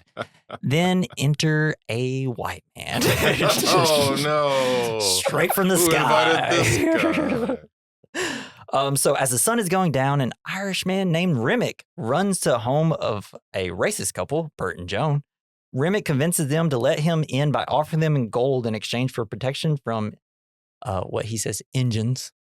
Soon, a group of Choctaws approach the house and tell Joan that Remick is a dangerous man, but she refuses to listen to them and sends them in away. But mainly, they actually run away because they're like, sun going down, we better get out of here. Joan goes back inside to discover that Remick is a vampire and he just turned Bert into one. They proceed to turn Joan as well. And this is where I was like, this is a great sequel or prequel idea with the Choctaw Indians. Yeah, great. I love when he's just like, I have gold. Because he saw I guess that's a thing with the KKK. They just, he saw it and he immediately knew, like, oh, offer them gold because they'll want that. I was like, oh, you've already anybody money. They should do it. I think he's just like, I think he also is like, oh, they're pieces of shit. So I can, I do not feel bad about it at all. Maybe. Well, he never felt bad. But I also loved his delivery of everything because just he felt like, he's like, I'm such a coward and everything. Well, also, I think those little 2 gold pieces, right? I'm pretty sure he's probably had those forever and constantly gets people to let him inside with those gold pieces and then kills them and then gets those gold pieces back because he uses it twice throughout the whole movie. It's like John Wick. Yeah. Shit. So yeah, the brothers open the juke joint with a large crowd turning out. We see Perline shows up. Perline hangs out with Preacher Boy for a bit. What a cool last name. There's a lot of cool names. Perline. Mhm. Yeah, it's a great name. So a man pays 30 cents and some plantation tokens from like a different like do y'all know what plantation tokens are? No. I would assume Not till I've it's seen this movie. So it's something that where like after slavery and stuff ended, when black people would still work on their plantations, or white people, anybody that worked there, they would pay them in their own plantation money for that plantation's own like store and stuff. So they use those tokens to pay for that. Like the company store. And it's essentially was a way to keep people from leaving their job because it's like, They oh, we're couldn't only spend the paying you money anywhere else. Yeah, you can't save money. So Shit. you were forced to kind of stay there because that's the only money that they were giving you. That's fucked up. It's like the Dave and That's Buster fucked scheme. up, man. Turns out things have kind of sucked for a long time for people. Man. Yeah, dude. People, greedy and bad people always find a way to screw over needy people, right? People in need. So so the guy's like, hey, I only got 30 cents. And then like there's these 2 plantation tokens and Smoke's like, oh shit, I better step in. And then Stack's like, here, yeah, go ahead. And then Smoke's like, hey, let me talk to you and Annie. Annie and Stack explain to Smoke that they have to make them feel wanted if they want their juke joint to work. People have worked hard all week and they have to let them have a good time. However, they spent a lot of their money just to get the place open and running. Stack and Annie convinces Smoke to let some people pay coverage using plantation money and reluctantly agrees. I need a cigarette. Mary is allowed entry due to being considered family as well as being 1/8 black on her mother's side, which we will learn soon. It'd be funny if they were anti-smoking. Yeah, it's like, Smoking stuff. we actually don't smoke in here. Oh, I was like, what the What the hell? fuck is that? Sorry, guys. Neighbor's loud ass truck that they keep running At first, I was constantly. like, Snake, he's not in here. Yeah. Yes. I know, that's what I thought someone like hit this or something. I was like, what? And then crap shouldn't have I done like how you look at me like I did it. I don't know, Dakota. So Preacher Boy tries to tell Mary to go away, but she refuses and buys Preacher Boy a drink when she realizes like, oh, you're little Sammy. But I think it's funny. He's like, I'm with the twins. And she's like, okay, whatever. He's like, no, I really am with the twins. He asks what she is. And she's like, what? I'm a human being. And he's like, Oh, you know shit. what I mean? Damn. Her mom's dad was half black. She says her mom helped deliver them at birth. She helped Stack stay alive after getting stuck inside their mom. Her mom also nursed them after their mom passed away. She is still mad they didn't send flowers for her mom's funeral. Smoke kind of walks up and it's like, Smoke says, like, I sent plenty of flowers while she was still alive to smell them. I was like, God, Yeah, like, damn, dude. Michael B. Jordan, so good in this fucking Yeah, movie. he is. They are worried that someone will see her there, and because she is married to a white man, and that would cause problems for them, she asks him to tell the truth, and he reveals that he does love her and that he wants to keep her safe, but that would never happen with him in a place like this. And then, so it's kind of big. Essentially, him coming out and saying, I'm going to be rude on how I tell you this, but this is all my feelings for you and why I left. And then she cries. It's like and it's him great being scene. rude, trying to like push her away. Yeah. Like, he does. Yeah. But she love knows her, better, but too. Yeah. She's like, I know you're just doing this. Like, give me the truth. Yeah, she is very smart. Yeah. So Delta Slim has Preacher Boy play his music, but first he makes him tell him who he is. He says he wrote this song for his father, and it's a song about loving the blues more than anything, even like religion and stuff like that. Okay, he puts on a soulful performance which entertains the whole crowd, and Preacher Boy's music is so powerful that he's able to conjure spirits, black musicians across different time periods and cultures shown in the juke joint joining in the celebration. The joint visually appears to burn down while everyone continues dancing. This Hell draws yeah. the attention of Remick, Bert, and Joan. Remick is stunned by the song, and this is... I got chills just thinking about yeah, it. this was... Yeah, me this too, was man. one of shows number It's three. I got so the good. It goosies. is. Like, oh my God, it's such a good scene. That is like, Yeah, and this is where like the quote I got from earlier, because like Preacher Boy's starting to play, and then you got Delta Slim saying blues wasn't forced on us like that religion. Nah, son, we brought that with us from home. It's Mhm. magic what we do. Yes, It's sacred Hell and big. yeah. Oh. Hell yeah. With this here ritual, we heal our people and we are free. Fuck yeah, man. Yeah. so. That And was then a I great lo- scene. It was kind of, it's also very fun because like, he starts playing the song and you're like, oh, hell yeah, we're going to get like a great musical number here. And then all of a sudden you just got like the futuristic musician. Yeah. I was like, Yeah, like- what the Yeah. hell? Fuck And then the yeah. DJ, and then you see like from like older like tribes and stuff. And then you see, and then at first, you got Grace Chow like walking. I'm like, what are they going to do here? And then you just You see see the- behind Bo, there's like ancient like Chinese whatever garb on, and then as Grace walks out, the female version comes out, and it's like, it's so like this movie like forces me to tear up Mm-hmm. just from how good it is. Yes. It's not like it's kind of beautiful because it's like, hey, they're free, they're here with people they know and like, and they're not in danger because of it. This is Yeah. one place where they're like, Free. there's nothing to worry about. And then you just see them all having a good time and dancing. Stack and Mary kind of dancing, Annie and Smoke. And it's just like, this is their last moment before vampires go on. Vampire. Who would have ever thought that? But like Remick is seeing like, oh shit, he's able to conjure people from his like past, his ancestors. Which might be Witch. something that he's into. Wizard. We'll find out. Kill Yeah, him. but you talk about the visuals. I mean, the sounds too, because like Yeah. you get the blues, and then like you hear like the West Coast hip hop, and then you Yeah. hear like when they're like, "Hey, hey," and that's kind of Yeah. current. And I'm like, dude, Yeah, this it's is great. good. And then my 'Cause wife is watching it with me. It's like, what is this? I'm just like, bruh. It's like, you don't That know. scene. And then that's like the you got the scene. DJ who's like, you got my guy Preacher Boy. Preacher here." Boy. It's like, yeah, oh, it's so it's good. so I'm like, great. dude, this is. Yeah, that's like the scene literally I a chill want. down my spine just That's thinking the about it. scene I want everyone I talk about. I talked about it with Shane, girlfriend, and Shane apparently is like got new speakers he's working on, like home theater ones. Nice. And I gotta let him borrow it because I'm like, dude, this movie, like, you got your speakers going now. The scene comes up, you're gonna feel it. Yeah. It is a. I don't know, like a scene like that is. It's very moving. It's Especially something- in theaters, whenever like kind of the bass hits, like you can feel like a little bit of the shake, and it's like, am I doing that, or I is think that I was the movie? clenching too when it was That happening. is I was like, funny. I'm getting such a strong response. It's a, I don't know, like how to say it, like generational scene that will be something that I feel like how we kind of look back on past movies is like, this is something you would be like 10 years from now, like that Yeah, that it's movie, yeah, that timeless. This is like the first scene. Yes, scene that's good. in a movie in a long time. Honestly, ever since Everything Everywhere All at Once, where I was just like, Oh, yeah. shit, Yeah, man. I'm feeling this. This Oh, is yeah. great. This is gonna be like a pivotal movie now for me. We're all like Remick at the end of this scene because we're like, You're like, whoa. Hell yeah. Remick's like, yeah, I need him. Like, I understand. so, so like, I don't know. It's just so good. Yes, I just want to scream. amazing.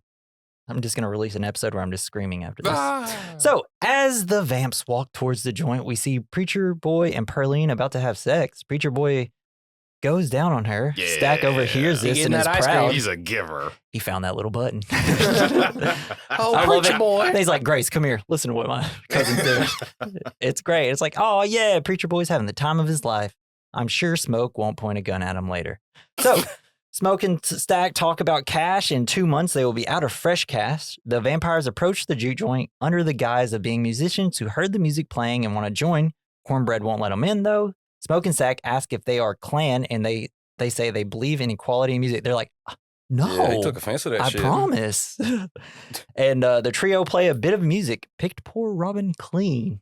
Nice. Do you get it? Because they're also vampires? Yes. Nah, What do you mean? Yeah, Yeah, so like pick poor Robin clean, like vampires eating and fighting.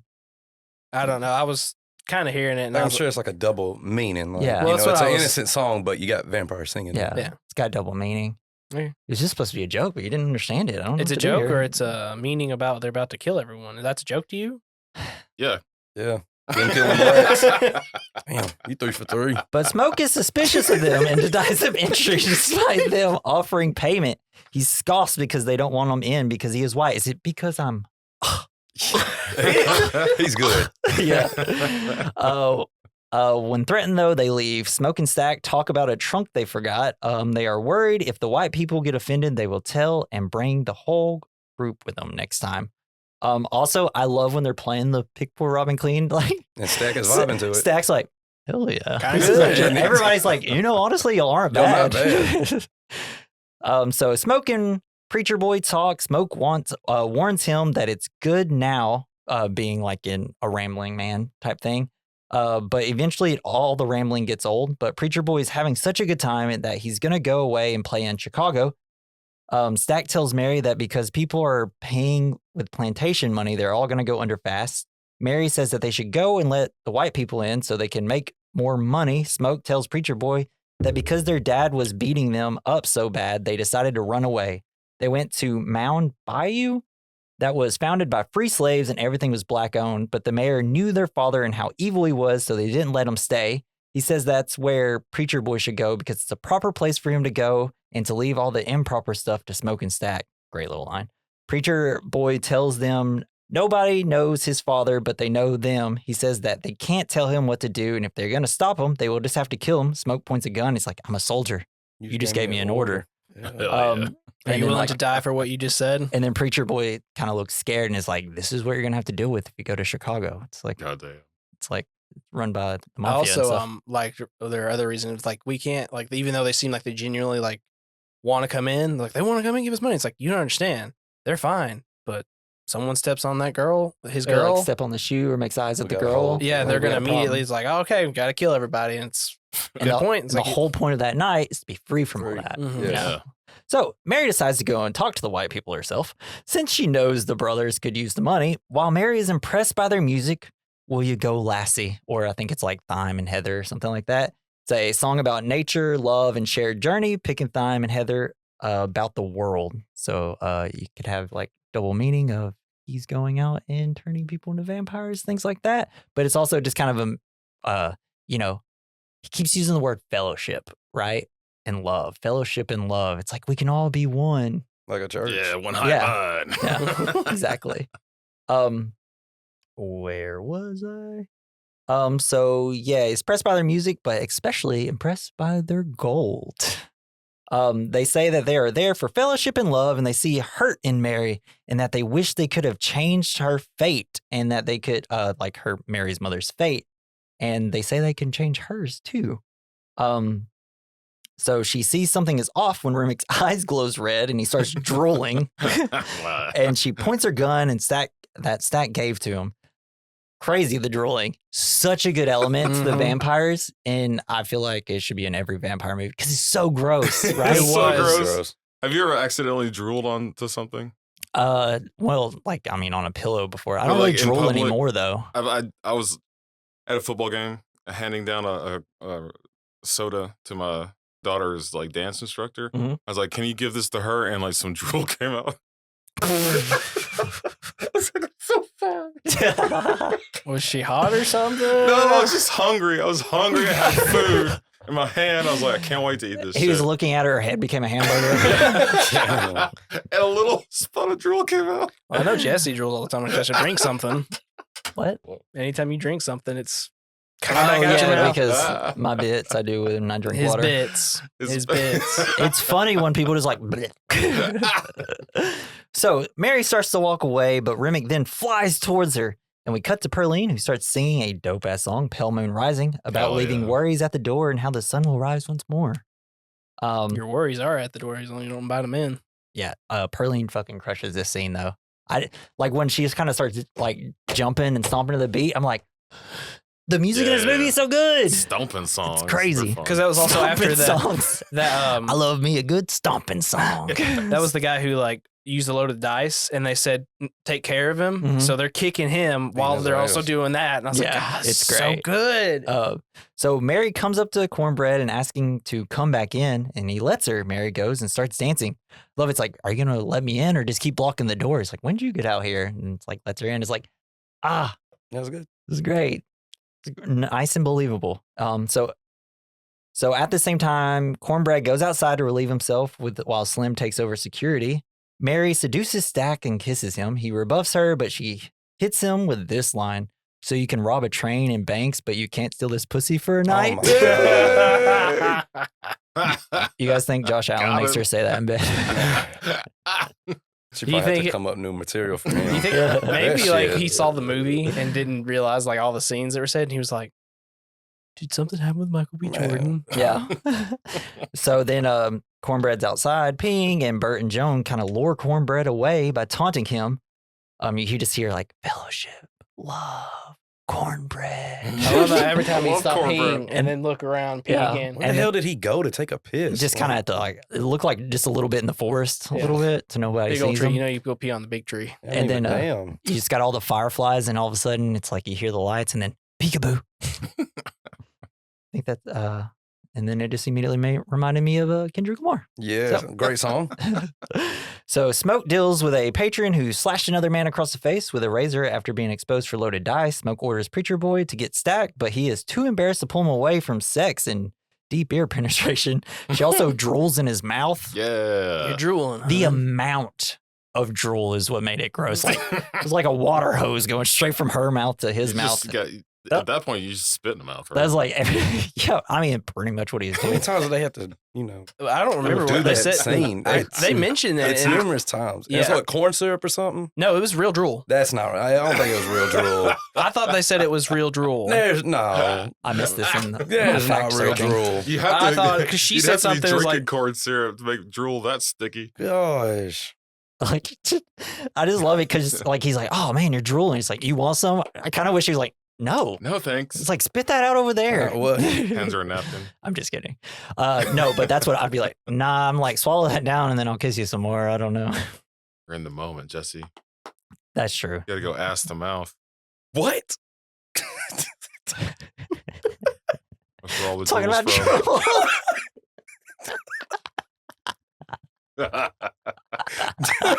When you're in the moment. I guess. I'd stick to the drool. But Oh, that's so funny. Okay. Did you find it? yeah. I'm having to watch a video because this interviewer's asking her.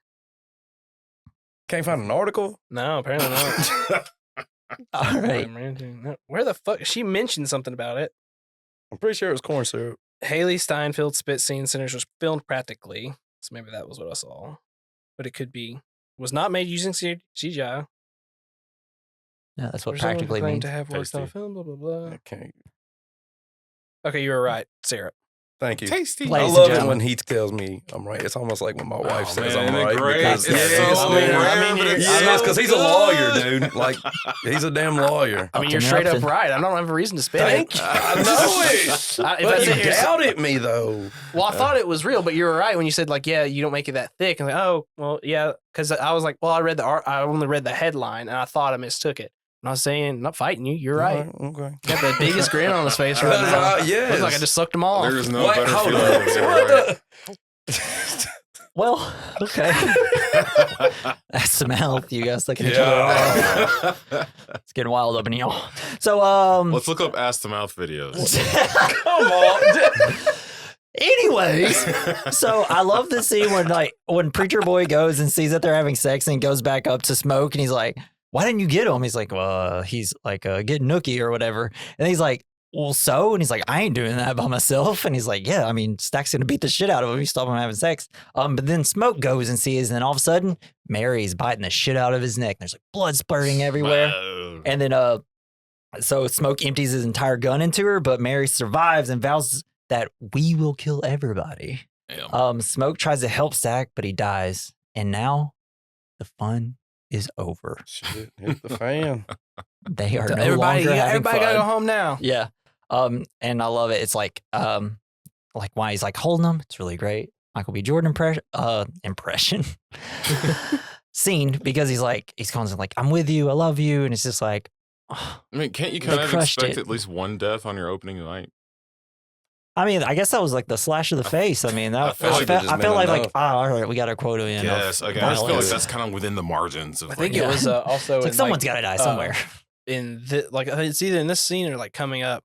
It kind of showed more of made me realize the differences between the twins because he was like the best part about me was him because Yeah. he's like I'm a soldier. I'm the person who's willing to kill, and he's like the joyous one or something. Smoke is business. Stack is fun. Yeah. And so like Stack helped. Like a mullet. Stack, yeah. Smoke in the front, Stack in the back. All right, so Slim orders the patrons to leave the joint, leaving only Smoke, Preacher Boy, Annie, Slim, Perline, and Grace, and like just like a couple of people we haven't really met. Yeah. Preacher Boy tells Annie that she said we are coming back. Annie thinks it's Haint and tries to warn Smoke, but he doesn't want to leave Stack or have anybody touch him or move him outside. He asks if Annie has anything that will bring him back to life. Like And some then this is mojo? where, well, just like whatever, like hoodoo powers, if there's like a hoodoo Bring him resurrection back, power. man. Lost his brother. Yeah. Haints are also like evil spirits and things. And I guess back in the day, they would paint blue and stuff on it because it represents water and sky. That would ward off the evil spirits. Nice. Out of breath. I moved a little bit. It's hard to get up and down out of this chair. So Grace sends Bo to get the Totally car right. because she's like, yo, we were just supposed to like help supply this place and have a good time. We got a kid to worry about. We need to get out of here and go. So Bo goes to get the car. After he's gone, Cornbread returns and demands to be invited inside. Annie realizes something is wrong because he isn't immediately walking in. She says that he is dead. He says we are one people and he shouldn't be going in uninvited. He's like, I'm just trying to be polite. With kindness. Cornbread he crushes the scene. She said, oh, no one believes him. Cornbread asks for his money for the night. When Smoke puts out his hand, a vampirized Cornbread tries to bite him, but gets shot in the face and flees. Got that man. giant wound on his Somebody side. told Smoke's ass to be careful. Yeah, And he was still careful. Just, He was careful. He was ready to I would have shoot. threw it. That's what I would have done. I think it's one of those things where they're like, oh, I mean, he could just be being weird. Maybe this is like a weird Cornbread thing. I would have done what you done. Like, here you go. Made it rain on him. Here, catch. So Annie realizes that Annie realizes that they are dealing with vampires. Stack ends up coming back to life as a vampire inside the closet. He tries to convince Smoke to let him out. Trapped in the closet. Annie warns him not to. He bursts out before fleeing out of the joint when Annie splashes garlic juice in his face. Annie knows now that they are vampires. The vampires end up turning the other patrons, including Bo, who Grace wants to go get.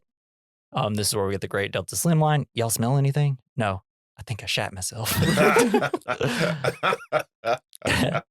So Annie tells them they need garlic, wood, and holy water. She says with vampires, their souls get stuck in their bodies and their souls can't go and live with their ancestors. She performs a hoodoo ritual to see their fates. She tells them to kill them with sunlight or a stake through the heart. Paperboy thinks this is his fault and that his father warned him. Delta Slim says the devil has come from him many times and to leave it to him. He's got Paperboy. Mhm. We're watching Atlanta. Yeah. Paperboy. shit, why did I- Paperboy. So Preacher Boy thinks this is his fault and that his father warned him. Delta Slim says that the devil has come from him many times and to leave it to him. Annie, if she gets bit, she wants Smoke to kill her so she can go and be with the people waiting for her on the other side. So when Annie throws items on the table, they're called casting bones. She's performing a ritual, Hell yeah. a form of hoodoo divination to gain insight into the vampire curse and foretell the future, revealing she already knows the tragic path ahead, including her own potential turning and the fate of Smoke, all while they try to find a way to protect him and her soul for the afterlife. Like whenever she saw that she was probably going to get turned, she didn't see who. So that's whenever it gets to Stack being the one to do it, it's like, no, not you. Heartbreaking. But yeah. So they find a dead patron and take him outside. They're like, who bit him? Just get him the hell out of here. Where they hear singing Rocky Road to Dublin, a song about a man traveling far from home, and the only people willing to help him are people of his own home. Holy shit. That's a good scene. Did not know that I needed this. A bunch of vampires Their eyes in the background and singing everything. that Irish folk song and like river dancing or whatever they call it. It's just like, That shot where Remick is river dancing his feet, do Yeah. a little swap. and then that like you was- kind of got that, yeah. Yes. But then like at the end, and just like you see like Michael B. Jordan, Haley Steinfeld, just Stack like, still loving it. Yes. and it's so Said, good. hell yeah. Because I was like, after we had the one big music number, I was like, oh shit, that's gonna be like the best music number. And then this one hit, and I'm like, we're getting two great ones. Hell yeah. They I don't should know. have put out a live album. It's just the shot of everybody in a circle all dancing to him, and he's just like, but then like whenever he ends the song, he's just like, They all hyping them up, oh my surrounding them. god, it was just like, yeah, chills number 4 for me. Yeah. So then we realized pretty much everybody that left the place got turned. So the gang eat garlic to protect them. Perline doesn't like the garlic and doesn't want to eat it. Smoke's like, eat Yeah, it. because with the his nerve gun. of that bitch. Yeah, like I was like, come on, lady. Like you. Yeah. Like Preacher Boy just ate that coos. Yeah. She walked 5 miles and she can't eat no garlic. Yeah. Natalie was like, just eat it. Look, I understand eating a whole garlic clove would suck. Yeah, But- because I told Natalie, I was like, oh man, I'd be like, can I eat something with it? Natalie's like, to prove you're not a vampire, you would do it. I Yes. was like, Yeah. I mean, I would just be like, I would like bite into it and be like, all right, am I good? Well, I love Delta Slim after he. yeah, Yeah. I said, man, no. Because like he's like, oh, go, like patting his chest, like, hold on. Then he's like, man, that Irish beer is really messing with my nerves. So then they go back to the guy that they thought died. But I guess he just threw up alcohol or whatever. I think a bottle broke because he fell over. Oh, okay. So the guy is begging to come back in, and Cornbread's like, well, look at this. And notices him and attacks him. Bo tries, and like attacks him right as they're opening the door, and like Smoke's like, oh shit. And then that's when Bo comes up, and like Cornbread's just going ham on this guy, and he's like, all right, come on, Grace, let's go. He's like, oh, that, not a big deal. I'm like, that's the best attempt you had, Bo. He just didn't care. He's like, I'll just be so casual eating about them. it. Yeah. And boop, boop, boop, boop, boop, boop, boop. Yeah, so that doesn't work. Remick approaches and tells him that he has all of Bo's memories and Bo has his memories now. He tells him that he only wants Sammy because his music will help bring his people's spirits back to him. He said he sensed him and that if they give him up, they can all live. Delta Slim says he's one of them now, though. Yeah, just this whole scene rules because then you have like Mary and Stack and then Bert and Joan coming up. I love Joan because she's almost like the vampires have become a cult by the end of this movie, essentially, right? Because she's like fellowship in love, and it's just like, all right, calm down, lady. Is this when like Sammy almost like starts to walk out? Mm-hmm. Yeah, and they're I like, love no, it. no, no, no. Oh, Yeah. my fault. They probably know, like, Well, yeah, you're that not is- going to stop. Yeah. Yeah. Well, I mean, I don't know. All they have to do is just stay in there. I mean, all they literally had to do is not go outside and wait for the sun to rise. Well, I think realized with so they could just push Sammy out and be like, so you're going to go like to Chicago or something? Get away from here? is that with the husband, he just seems so cocky. And he's like, she's our weak link because he mentioned the daughter. Yeah. So now that Mary, Stack, Bert, and Joan come up, and Remick says that what they have built here is a lie. He explains that the brothers were set up by Hogwood, who is the Grand Dragon of the KKK, and was going to have Bert, his nephew, lead other Klansmen to kill the twins and their patrons, something that Stack backs up since he now has Remick's memories. Fucking, come on, man. Can I just say the names they use for their higher up people? Like, y'all are fucking nerds. Yes, they This is the are. first time I heard of a Grand Dragon. It was the Grand Wizard, and I think the Oh. Grand Dragon is the lead My one. dad dressed up as a Grand Wizard one time Nice. for Halloween. Yeah. But Like the actual Grand Wizard? yeah, like red and black. And he walked into Hooters. Legend. I mean, That's fucking hilarious. he did it. Dude, what? Oh my God. That's a whole different story. I gotta move. That's fucking hilarious. That's I was like, crazy. dude, what are you thinking? How old was he? He's wild. He had to be like in his 30s, I'm sure. That's crazy. That's amazing. Like, dude. Ballsy. So, Remick offers the group a chance to become vampires, allowing them to live forever and to escape racial persecution.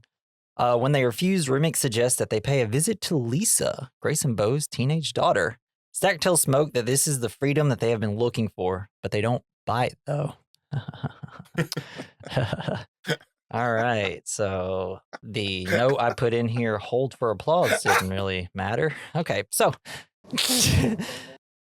Grace is set up and they are, Grace is upset and they try to calm her. She calls out Smoke for being a soldier and not doing anything because he's like constantly saying he's a soldier. And it's like, they're threatening my daughter, they killed your brother, and you're not doing anything. So why are we calling you a soldier now? And he's just like, he stands up, he's like, I'll hit you. It's funny because it's the person who, it's like, you're a soldier, do something. It's like, yeah, but he's also a smart person. You don't just charge in there without a plan. Yeah, That's exactly. what it was. And they're like, we just have to sit here. Don't go outside. You're fine. You're safe. Or invite them in. But then, I mean, they could constantly be coming back every night, though. So the survivors gather sticks, guns, and garlics. The vampires start singing "Pick Poor Robin Clean." See, because it has double meaning that they're gonna pick them clean because they're vampires and bite.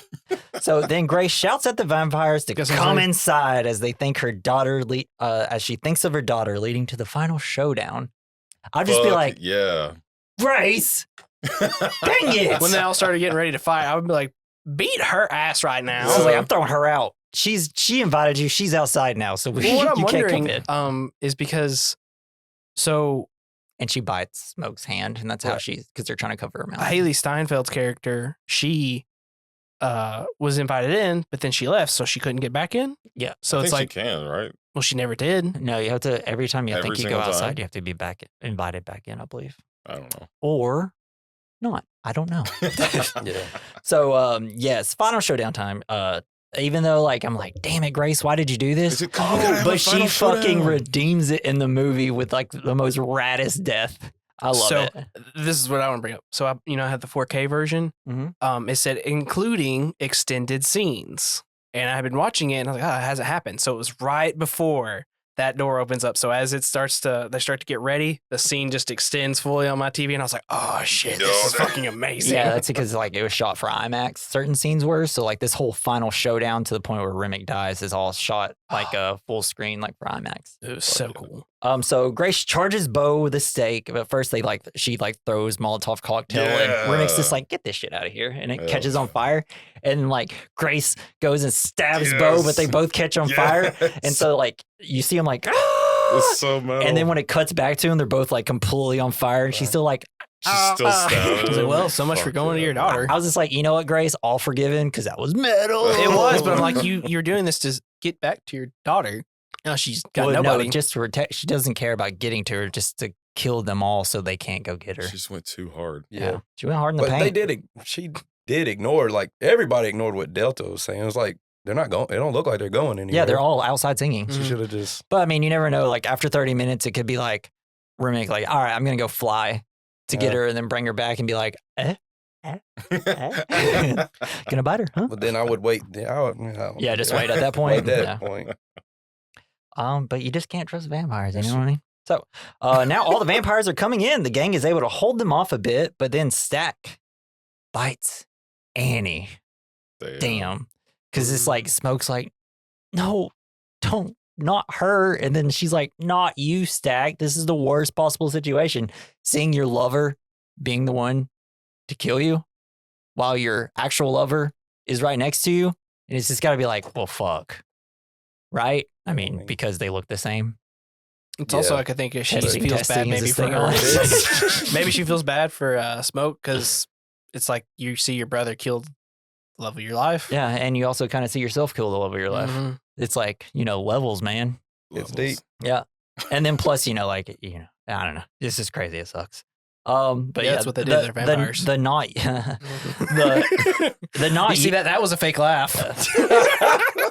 That was a real laugh. See, I say that, but I don't fucking get recognition that it was. So, well, was that a little real laugh? No. Because sometimes, well, that's how I laugh a lot. So, Oh, sorry. but the not you line just really gets me. And in an emotional moment, she tells Smoke to kill her, and he stabs her with a stake. Here's what I love, though, right? So, like, they still have their memories and their humanity a little bit inside of like Mary and Stack, right? So when they bite Annie, to them this is a joyous thing, right? Mhm. They're like, "Yes, Annie, you're part of a Smoke. Come on!" And then as soon as he stabs him, Mary's like, "No, this wasn't the plan. We're all supposed to be together forever." Because she didn't see it as death. She saw it as your new life. It's like, wait, what do you mean we're going to be together forever? What's the problem with this? And it's just like, never really think about that in a vampire movie. well, right? they showed like real emotion of like, even though we see them as killing them, they don't. And because he mentions it several times, like, I wish we could have helped your mother. Yeah. And especially Yes. at the end when he talks to him. Yeah. This is great because, like, they brought a lot of humanity to the vampires. And I'm like, that's They did. impressive. They're not just, because usually when you get vampires and they're super old, they're like, I'm just so done with life. Blah, blah, blah, blah. Blah, blah, blah. I don't shave my mustache anymore. Yeah, this movie makes you almost want to be a vampire just because how they. Oh, if The I way could be like any of like the old monsters and stuff like werewolves, Frankensteins, and mummies or whatever, I definitely want to be a vampire. Yeah. Mm. First of all, daytime, so overrated. You say that, but the beach in the morning is pretty nice. Well, I'll be in the beach at night. So the vampires all run away at this point. Slim attracts a crowd of vampires to go after him by cutting his arm. And then most of the vampires are staked and blown up. Smoke and Stack fight each other while Sammy tries to escape Remick outside after Perline saves him, but gets bit herself. This is where we get because they go upstairs and they're going to go outside and he opens the door and this is where we get Sammy. God, it's so good. So good. Then Remick Sammy makes it outside. And then he's like, I'm running away. And then Remick comes up and he's like, slashes his and face. he and jumps he's like, off the second story. Yeah, and he like hurts his leg. Because he's fighting his brother. That was one of the most genuine reactions I had from pain in this movie. Whenever he like falls, like, ooh, Yeah. It's like, Well, he the didn't get body any of the angles. neck, I didn't care. Anything, the gunshots is whenever he landed on the ground, is like the thud. But he Well, it also seemed real hurt, because he didn't roll with it. He just immediately, and he had a limp right after that. Yep. Yeah. Yeah. and it he was great. protected his guitar. My man. But yeah, this explains what happened to his face earlier. And while in Remick's grasp, Sammy starts saying the Lord's Prayer, but Remick and the other vampires start saying it with him. Remick explains that the men who stole his father's land said those same words to him. And then like this whole time, he as he's explaining, he's starting to almost kind of like baptize him, which is crazy. Yeah. I didn't think yeah. about that. Yeah. That's cool. And so he baptizes him while telling him the men were liars and that everyone is connected to everything and everyone. Because they're like, with like the prayer, you can keep out the beast and everything. But he's like, we are nature. We are beast. We are everything. With the everything bagel. Yeah. Like everything everywhere all at once. It all connects. So, and Smoke and Stack are fighting. And like every time Stack's almost about to get the upper hand, there's like the around him, there's kind of like the vibration because the mojo bag's bag. protecting him. And then Smoke gets the upper hand. And it looks like he's going to stab him. And he's like, all I wanted to do is protect you. And it's like, you did. And then just Michael B. Jordan's face as he's like hovering over him.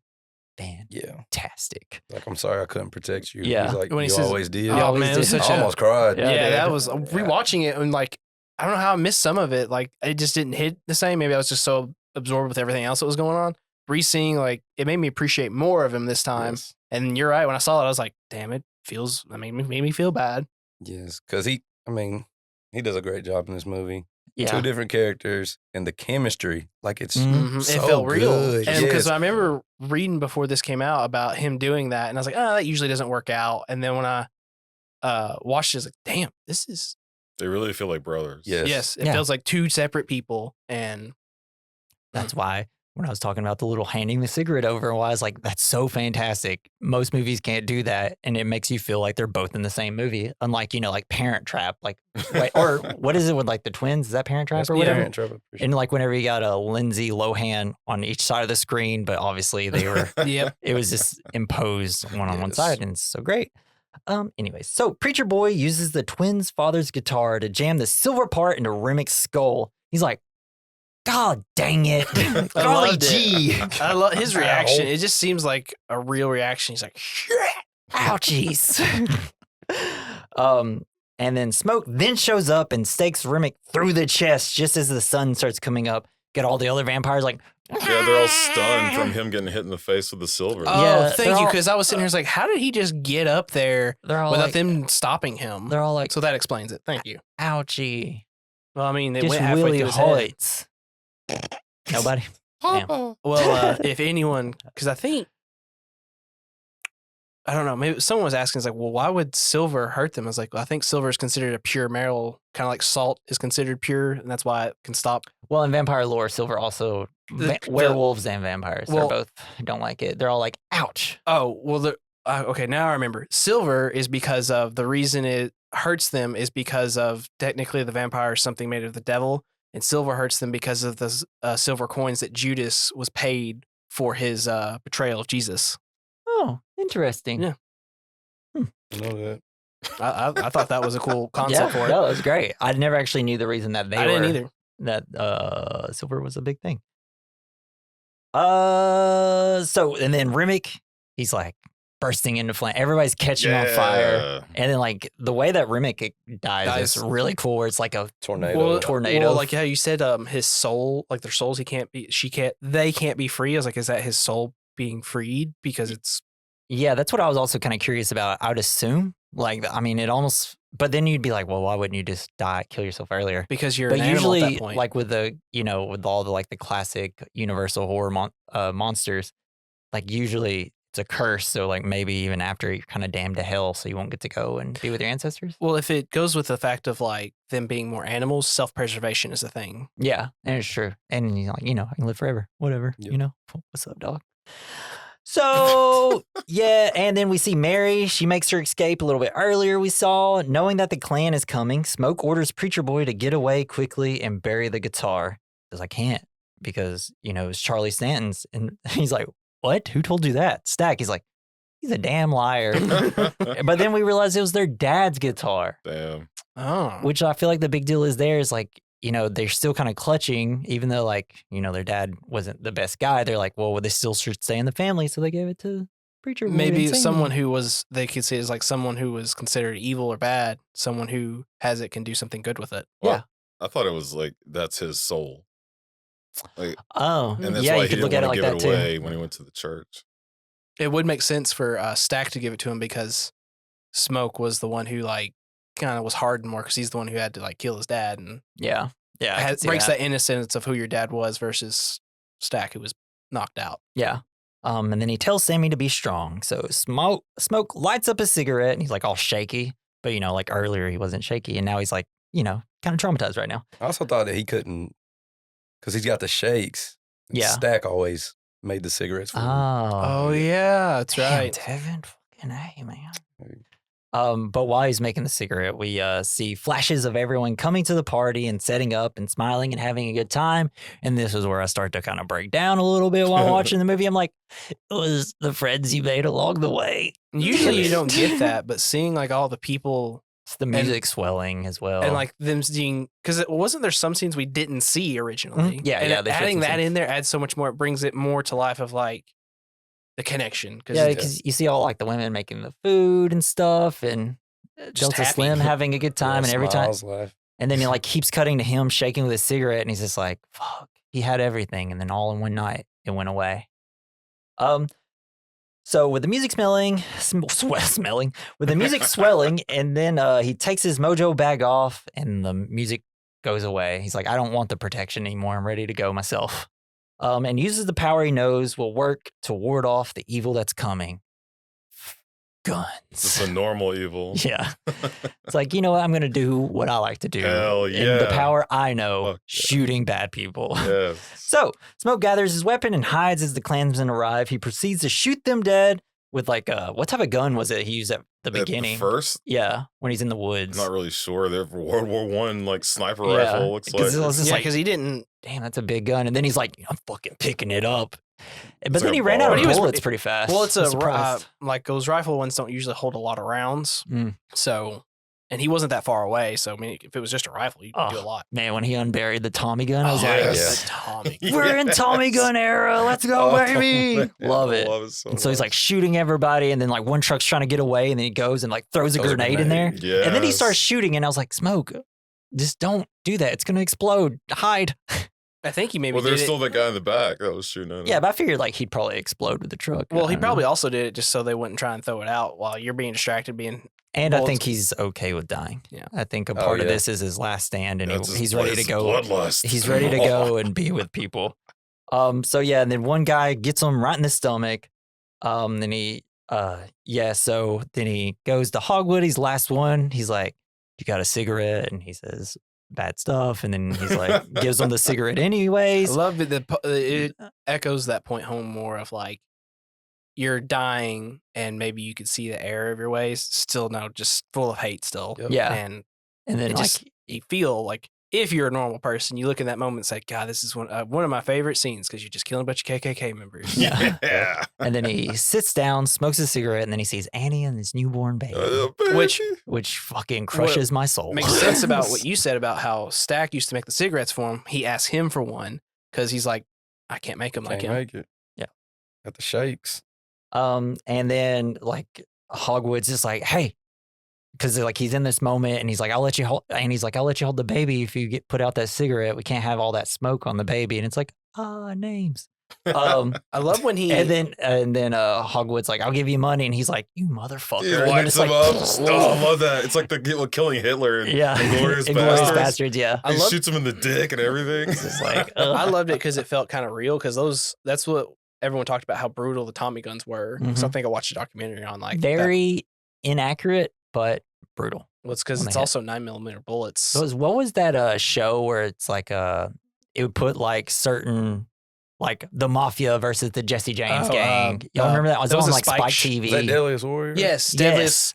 Because they had it where it was like the That's where I gangsters learned and they about it, used yeah. Tommy guns, and it's just like when they shot him, they're like, this thing isn't going at all where we're pointing it. It just riddles you with bullets. And Yeah. it was such a Um, good scene seeing him like do it. It felt like he was because he like you could see the pain on him of like he's also a bigger guy, So it's going to take a lot. So he probably was in a lot of fucking pain, which he fucking deserved. Good.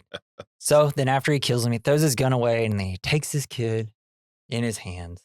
And it's sad and I'm dead inside. Yeah. Then Anyone else a little shocked that beautiful. she's just got a boob out feeding the baby? Wasn't No. expecting that. it's very maternal. I know, but it Yes. was also just It was a memory that he loved. Is like, Oh, I have okay. my wife and the baby, and she's taking care of the baby, and it's just like a beautiful moment for Yeah. him. Like, seeing was it that more a as like bottle? a memory. Yeah. Yeah. Well, I just saw it like she's a ghost type of thing, but seeing it more as like a memory and doing it. ghost milk.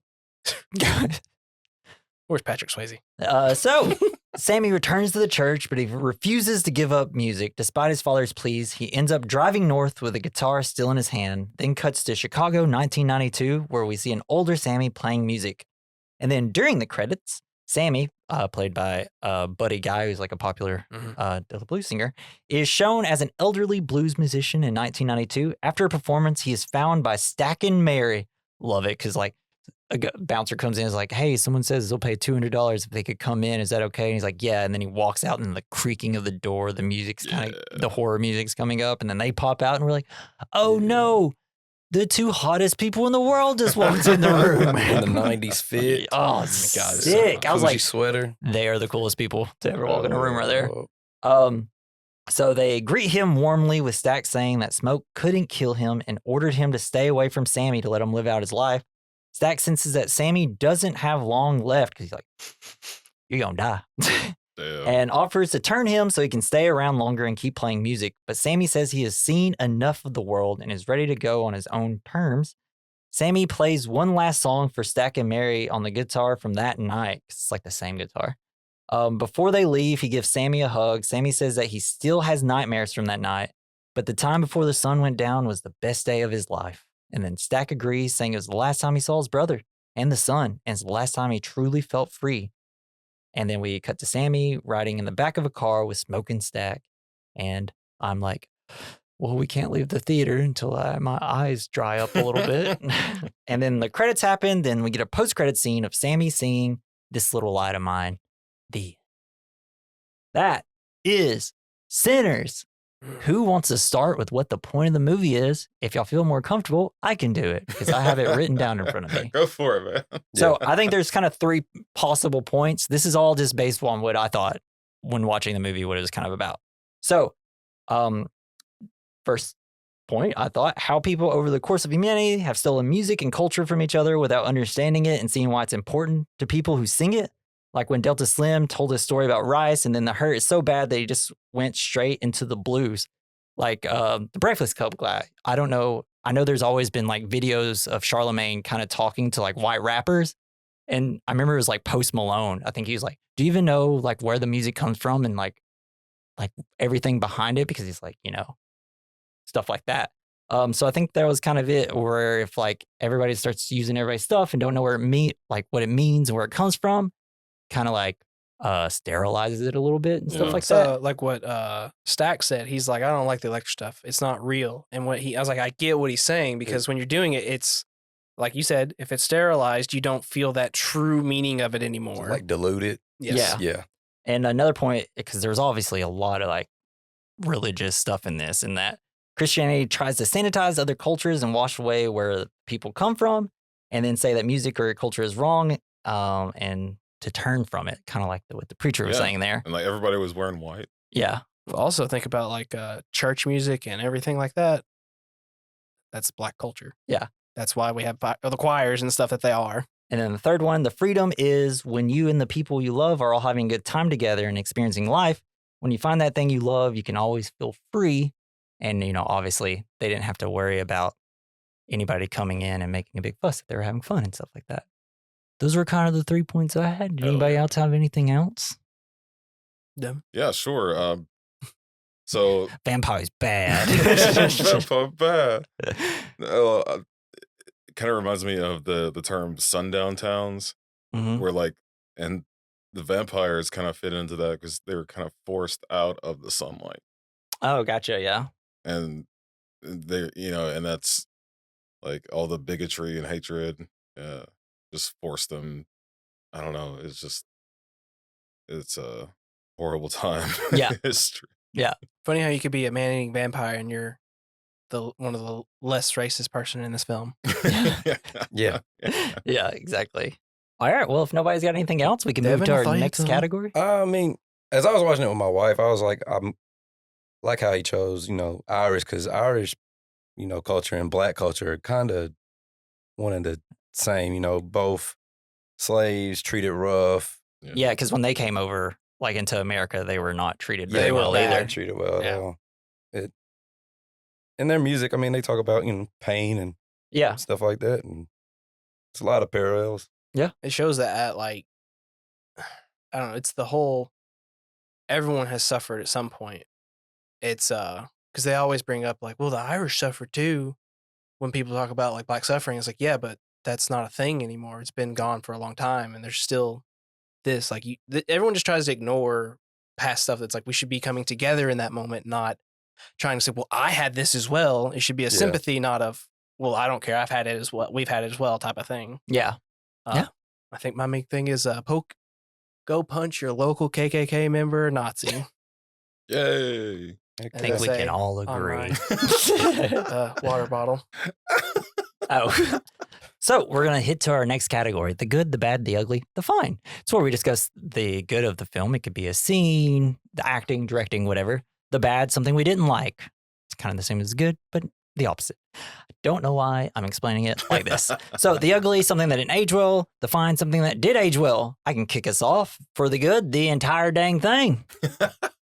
Acting, directing, music, writing, kind of all crushed it. Mhm. Yes. It is a very, how do I say it? Kind of, so, when people say prestigious movies, it's kind of like snooty people talking about prestigious Yes. movies, right? Ryan Coogler was able to merge the prestige and the kind of like a popcorn flick all in one, and he did it very successfully, I feel like. Hell yeah, man. Yep. What I thought was really good was the good versus evil kind of represented was like the evil was able to turn this community against itself with the vampirism, Mm-hmm. but like but they were weak. Like the bigotry and the hatred, people like the KKK guys, they're weak as fuck because he killed them all. Yeah. Just one Just guy. one guy. Yeah, exactly. Yeah. But like the only way that they got taken out was like being turned against each other. Yeah, exactly. Yeah. Anybody else got a good? Yeah, I like Remick. I like a villain I can get behind. Yeah. Yeah, man. And like he makes, when they're all at that door, he's like, give me Sammy, stuff like that. Sammy's about to walk out, give himself up. Yeah. And then, and that same scene, Stat comes up. Mhm. He's like, I'm not doing this shit without you. Yeah. Smoke almost walks out. Yeah. I'm like, man, like he's making it very hard not to be a vampire because you would be free and you could have the upper hand on all these Yeah. KKK and all that. And Like, yeah, y'all could just take over. And, so Remick, definitely good. yeah, Hell it's I think that's what pushes this movie over the top. Yes. Is having a good villain where you actually are kind of like, I mean, I don't know, He's you got could some you could ideas. live for, He's very Very you could live persuasive. forever. yeah, he's Like, just why I'm trying to not? think of I think if there was a way where he could be like, how about this? I can't control y'all. Y'all don't have any of my stuff. Just let me feel Sammy's power and like, hey, maybe every once in a while Sammy comes up, plays me a song, and then all my ancestors come up. but it was thing. also like his reasoning is like he wants to see because he can't he's like I can't die, I don't want to kill myself, so Yeah, and like I was kind of reading like where the because whenever he says like, oh, the people came and stole my father's land, that was like in the 1300s. So he hasn't seen anybody from his time since 1300s. And then who knows how long he's been in America. I mean, I guess a while, but I say my good is what Ryan Coogler apparently got to do with the rights of the film. Mm-hmm. Is like is the first like in the industry. It's that he gets the full rights. The studio cannot make movies without his permission because usually the studio gets to hold the rights and choose to. That's why sometimes like the director could be like all back in the day it used to be one-off movies. Then all of a sudden we get like a sequel that didn't seem to like how movies used to feel like Yeah. they used to wrap up. Then we get a sequel that kind of backtracks on some stuff and takes it down because that's the studio's like we want to make more because it made so much money. And instead of leaving things as is. He has full control to be like, if I want to do it, I have the full say. So if I ever actually want to come back to it. That's great, Dakota, because that was going to be in my fine. Something that aged well. That's perfect. Cool. Yeah, man. So we're going to hit the bad. I put nothing and I will fight you. I have just, it's nothing with it. It's just with my second rewatch, a little bit of some of the choreography. And then like when I went back and when the vampires come into the barn, One at a time. The like coming in. Just that a little instead bit. of overwhelming them, they did one at a time. kind of not that. It was more of just like, I was watching, I was like, wait, who the hell is this dude that just randomly got bit? I was like, where did you come from? Yes. That was Well, my little bit. Some of the good people that were, That was it. You can see them in the scenes prior, just kind of walking around in the background and stuff. But it wasn't enough to show. If we just had a little bit more showing them, and then Jason cleared up one of my faults was like, how did Smoke get up behind him just to stab him? And then it made sense. They're all like sitting there, Yeah. got a silver disc in their brain. Yep. Anybody else got a bad? Something they didn't like? Not really. I have a bad. The bad is fuck you, Warner Brothers, for what you're gonna do and make it. We're probably never a good movie like this again. we might. You don't know that. We just- might. Nate, what's the last You good just have Netflix to movie you Saying, watched? I'm just What's the last good optimistic. Netflix movie you because watched? Netflix is buying Warner Brothers. Well, Maybe about to be Paramount now. Now name a good Paramount movie that's come out. I haven't seen Wake Up Dead Man, but I'm assuming that's going to be good. It's got good reviews. Oh, the Knives Out one? Knives Out, third movie. I saw Don't that get me this started morning. I on didn't calling it watch a Knives Out story. I say, bad of mine. I don't really like Perlene. Really? Really? I don't like Perlene. I don't have a reason for it, but I could see why you could say it. It's Like, like, is it because yeah. she's like, you could clearly tell, like, she's like, I'm married, and it's like, you're married and you're doing all this. yeah, it's that and like the whole garlic thing. Oh yeah, that was. After Oh, Sammy actually- was I mean, tongue maybe it's punching just, that button. you know what I mean? You bitch. Very like, valid point. I don't know. I guess I like Perlene. It's her song, just like her singing. She was great at singing that I song. don't like and her song either. She was. I guess she's been. It's a hypocritical thing, I guess. Devin will You're, fight I mean, you're after. right. This is- When I watched it again, I was like, eat the fucking garlic. Yeah, dude. Just eat When he pulled the garlic. gun out, and I was like, I completely Yeah, understand. Smoke fucking You do have a it. If valid she, reason. She can't eat damn garlic. Everyone else doing it, no problem. Oh, you give me some mayo, I'll be like, I don't know, just shoot me. I mean, I So- can give you garlic, probably do the same thing. The next is the ugly, something that didn't age well. I put racism and CGI fire. Hogwood. What part? Well, some of the CGI fire was still good. Yeah, so because when I took notes, I watched it on HBO Max. Whenever I watched it later that day with Natalie, the 4K just made the fire look a little bit worse than when it was on streaming. So I will. Which you kind of already talked to me about that. Apparently, earlier, that but- can be some settings on if you're watching. Were you watching the streaming or the physical one? I watched both. Okay, so that Same can affect day. it because I watched it in physical and I thought the fire looked great, but it Hmm. also affects how bright your room is, which can affect the quality. I don't know. It's just one of those things where whenever they're kind of all catching on fire and crawling around, I was like, CGI fires is hard to do and look authentic. And it's one of those things Yeah. that I can always just be like, CGI. Yeah. But yeah, then Yeah, also I kind racism. of like if why didn't they just? I was with Dakota a little bit. Like, why didn't they all just run inside when the sun was coming up? But they were. Yeah, that They was. were I guess that was stunned. my other part is that because the sun was rising so quickly and they got stabbed, they got smacked, and he was slowly and they're feeling it, and the sun luckily was coming up at that time, so sun came out quick. Well, as we saw, like Remick's not the best tell of time apparently, because whenever we first introduce him, he's like flying in the air right when the sun's about to come up or go. Go down. Well, it's actually I guess that's all happening during the day. So like, how long was he outside when he was like flying? well, and they could have fleeing from the hunted him chalk down pile? and were like he was trying to run, hide in the shadows as best he could. Because it seemed like an open field and the sun was up and he was He just bury flying in himself the air. dirt. Maybe he Oh, had yeah. like really good SPF. Cool. Just He- like Blade. yeah. That Oh, guy. yeah. So Frost. for the fine, something that aged well, you kind of already said a little bit of what I said, but I mean, just Ryan Coogler.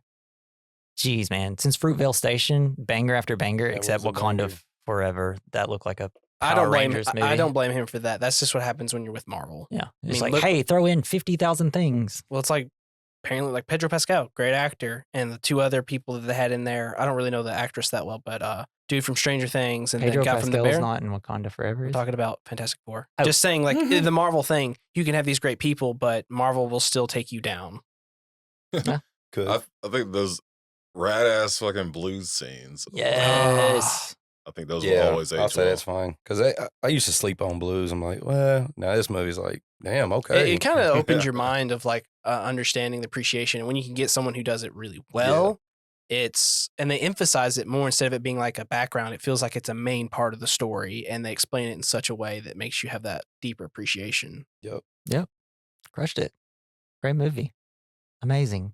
Some would say 10 out of 10. Like me. I would. Oh yeah, definitely. Oh, wait, I do have one ugly, right? Everybody's coming out with their fucking top 10 lists and like top 25 for like best movies of the year. This ain't on. Sinners being left out when everybody said it was already the best movie of the year, like halfway through the year. And now it's starting to be like I was looking at Like one list, backpedaling. they had it in like number 20 and they put a bunch of movies. I was like, I've seen those. Out of this year, 20 movies. Yeah.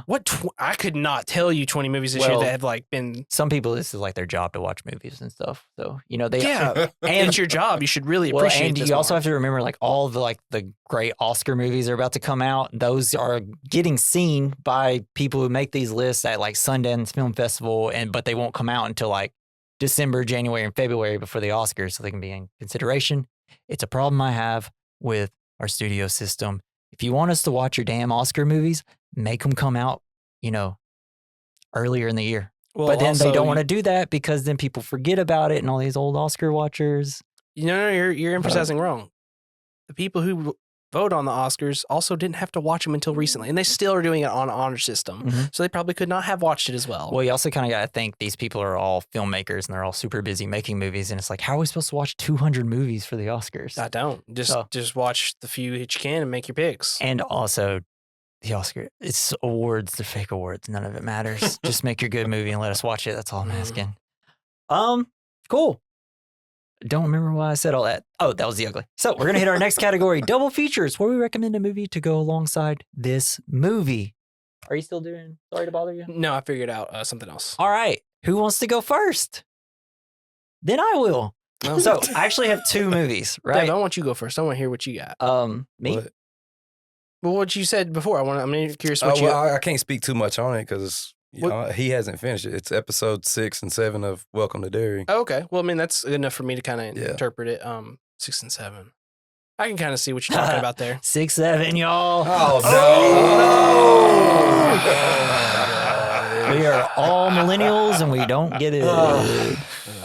Cool. Now that everyone has turned off their I episode. didn't even realize it. All right. I Sorry see- for the ones that hate that shit. I don't Oh like it. man. Yes.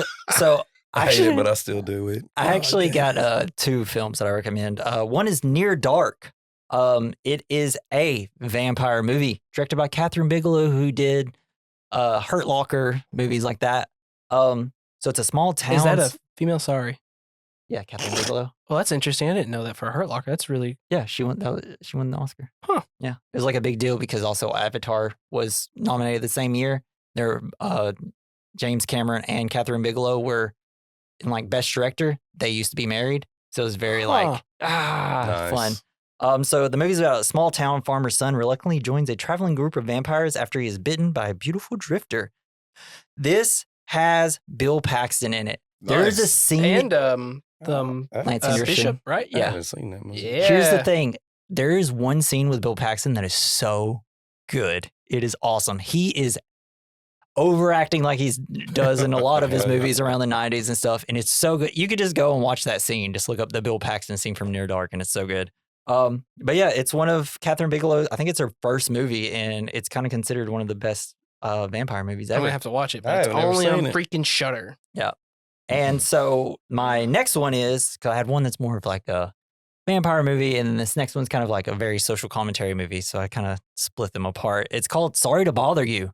It is a batshit It is bad film. shit. It's hilarious. It's great. It's kind of It's got a cannibal in it. it's A like very real life cannibal. It's very surrealist. It's like a satire on anti-black racism, Army class oppression, and the moral compromise inherent in modern capitalism. It's directed by Boots Riley, which I don't know if y'all know him. He's like a musician. The film uses dark comedy and absurd plot twists to critique corporate exploitation, and call for workers' organization and stuff like that. It's great. Nice. It's awesome. And I love when he's like, they're like, all right, what's his name? Saul, the guy in Saul. Which one? Tobin Bell? No. What's his name? Costas Mandalore? No. What are you talking Uh, Which one? Give it that. What is this? Which one? There's only like 10 of them or Which 12. one? The first one. Okay. Danny Glover. Danny Glover. Damn it, boy. Wow. Gosh. You can't remember Danny Glover? But Danny Glover's in it, and like, you know, they're working at like a telemarketing thing, and he's like, and like Keith Stanfield's in it, and he tries his first White call, voice. and he's like, no, you got to put on your white voice, and it's like, hello, sir. I mean, so- it's so true. And if you like horses, Yeah, dude, that's you'll like the movie. Are there? And it also has what's his name in True Blood? Blonde haired guy, really tall. Skarsgård? Skarsgård's in it, yeah. Damn, what's wrong with I'm blanking on everything. It's okay. He remember the white person's last name, but he can't remember the distinguished actor Danny Glover. I said I didn't know him. He's the blonde guy in True Bloods. That's what I said he is. But Oh, you, yeah, you you said- named something he was in. When was the last time you watched True Blood? I said Saul. He said Saul. I should have said Lethal Weapon.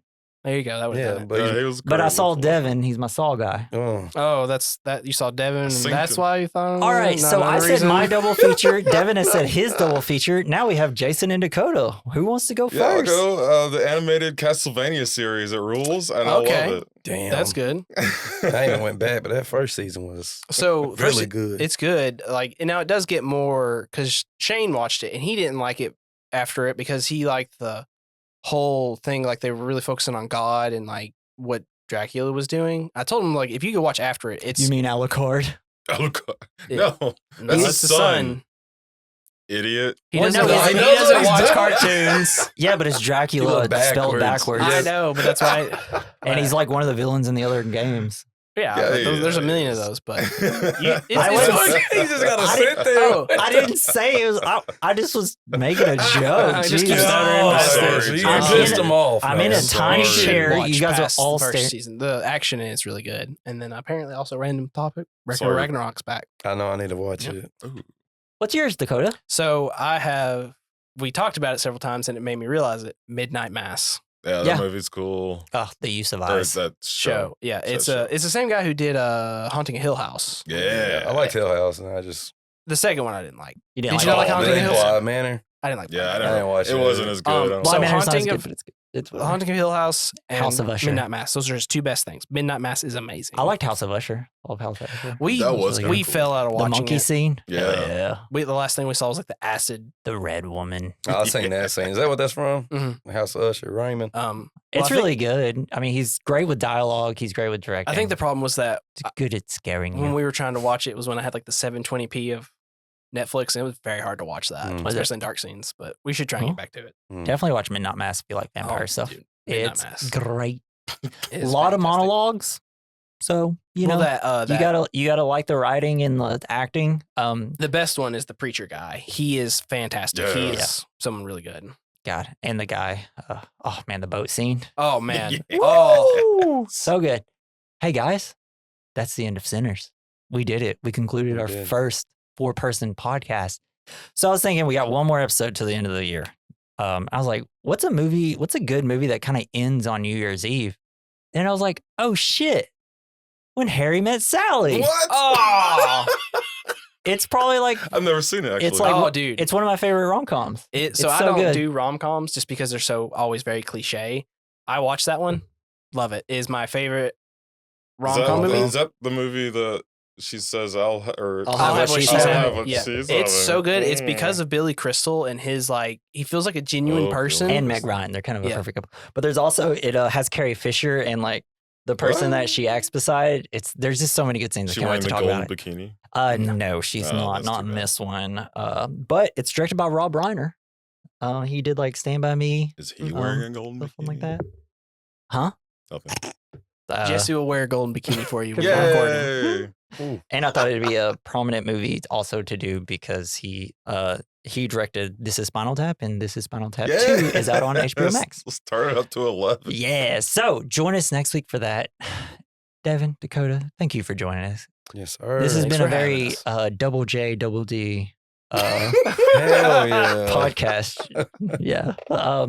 So join us next week for When Harry Met Sally. If you'd like to leave us a review, you should do that. We need more of those. Also, leave us some fan mail. I already told you earlier, but the link is in the top of the description. And at the bottom of the description is our Gmail. We recommend mailbag gmail.com. So do that. If you're into social media and you want to follow accounts that don't post anything, please follow us on those social medias. And thank you, Joey Prosser, for our intro and outro music. You can find him on X at Mr. Prosser. Joey Prosser. Jeez Louise, I've lost my mouth here. I don't know what I'm saying. I also lost my brain. Anyways, this has been the We Recommend podcast. I'm Jesse. I'm Jason. I'm Devin. I'm Dakota. Vampires, am I right? Bye.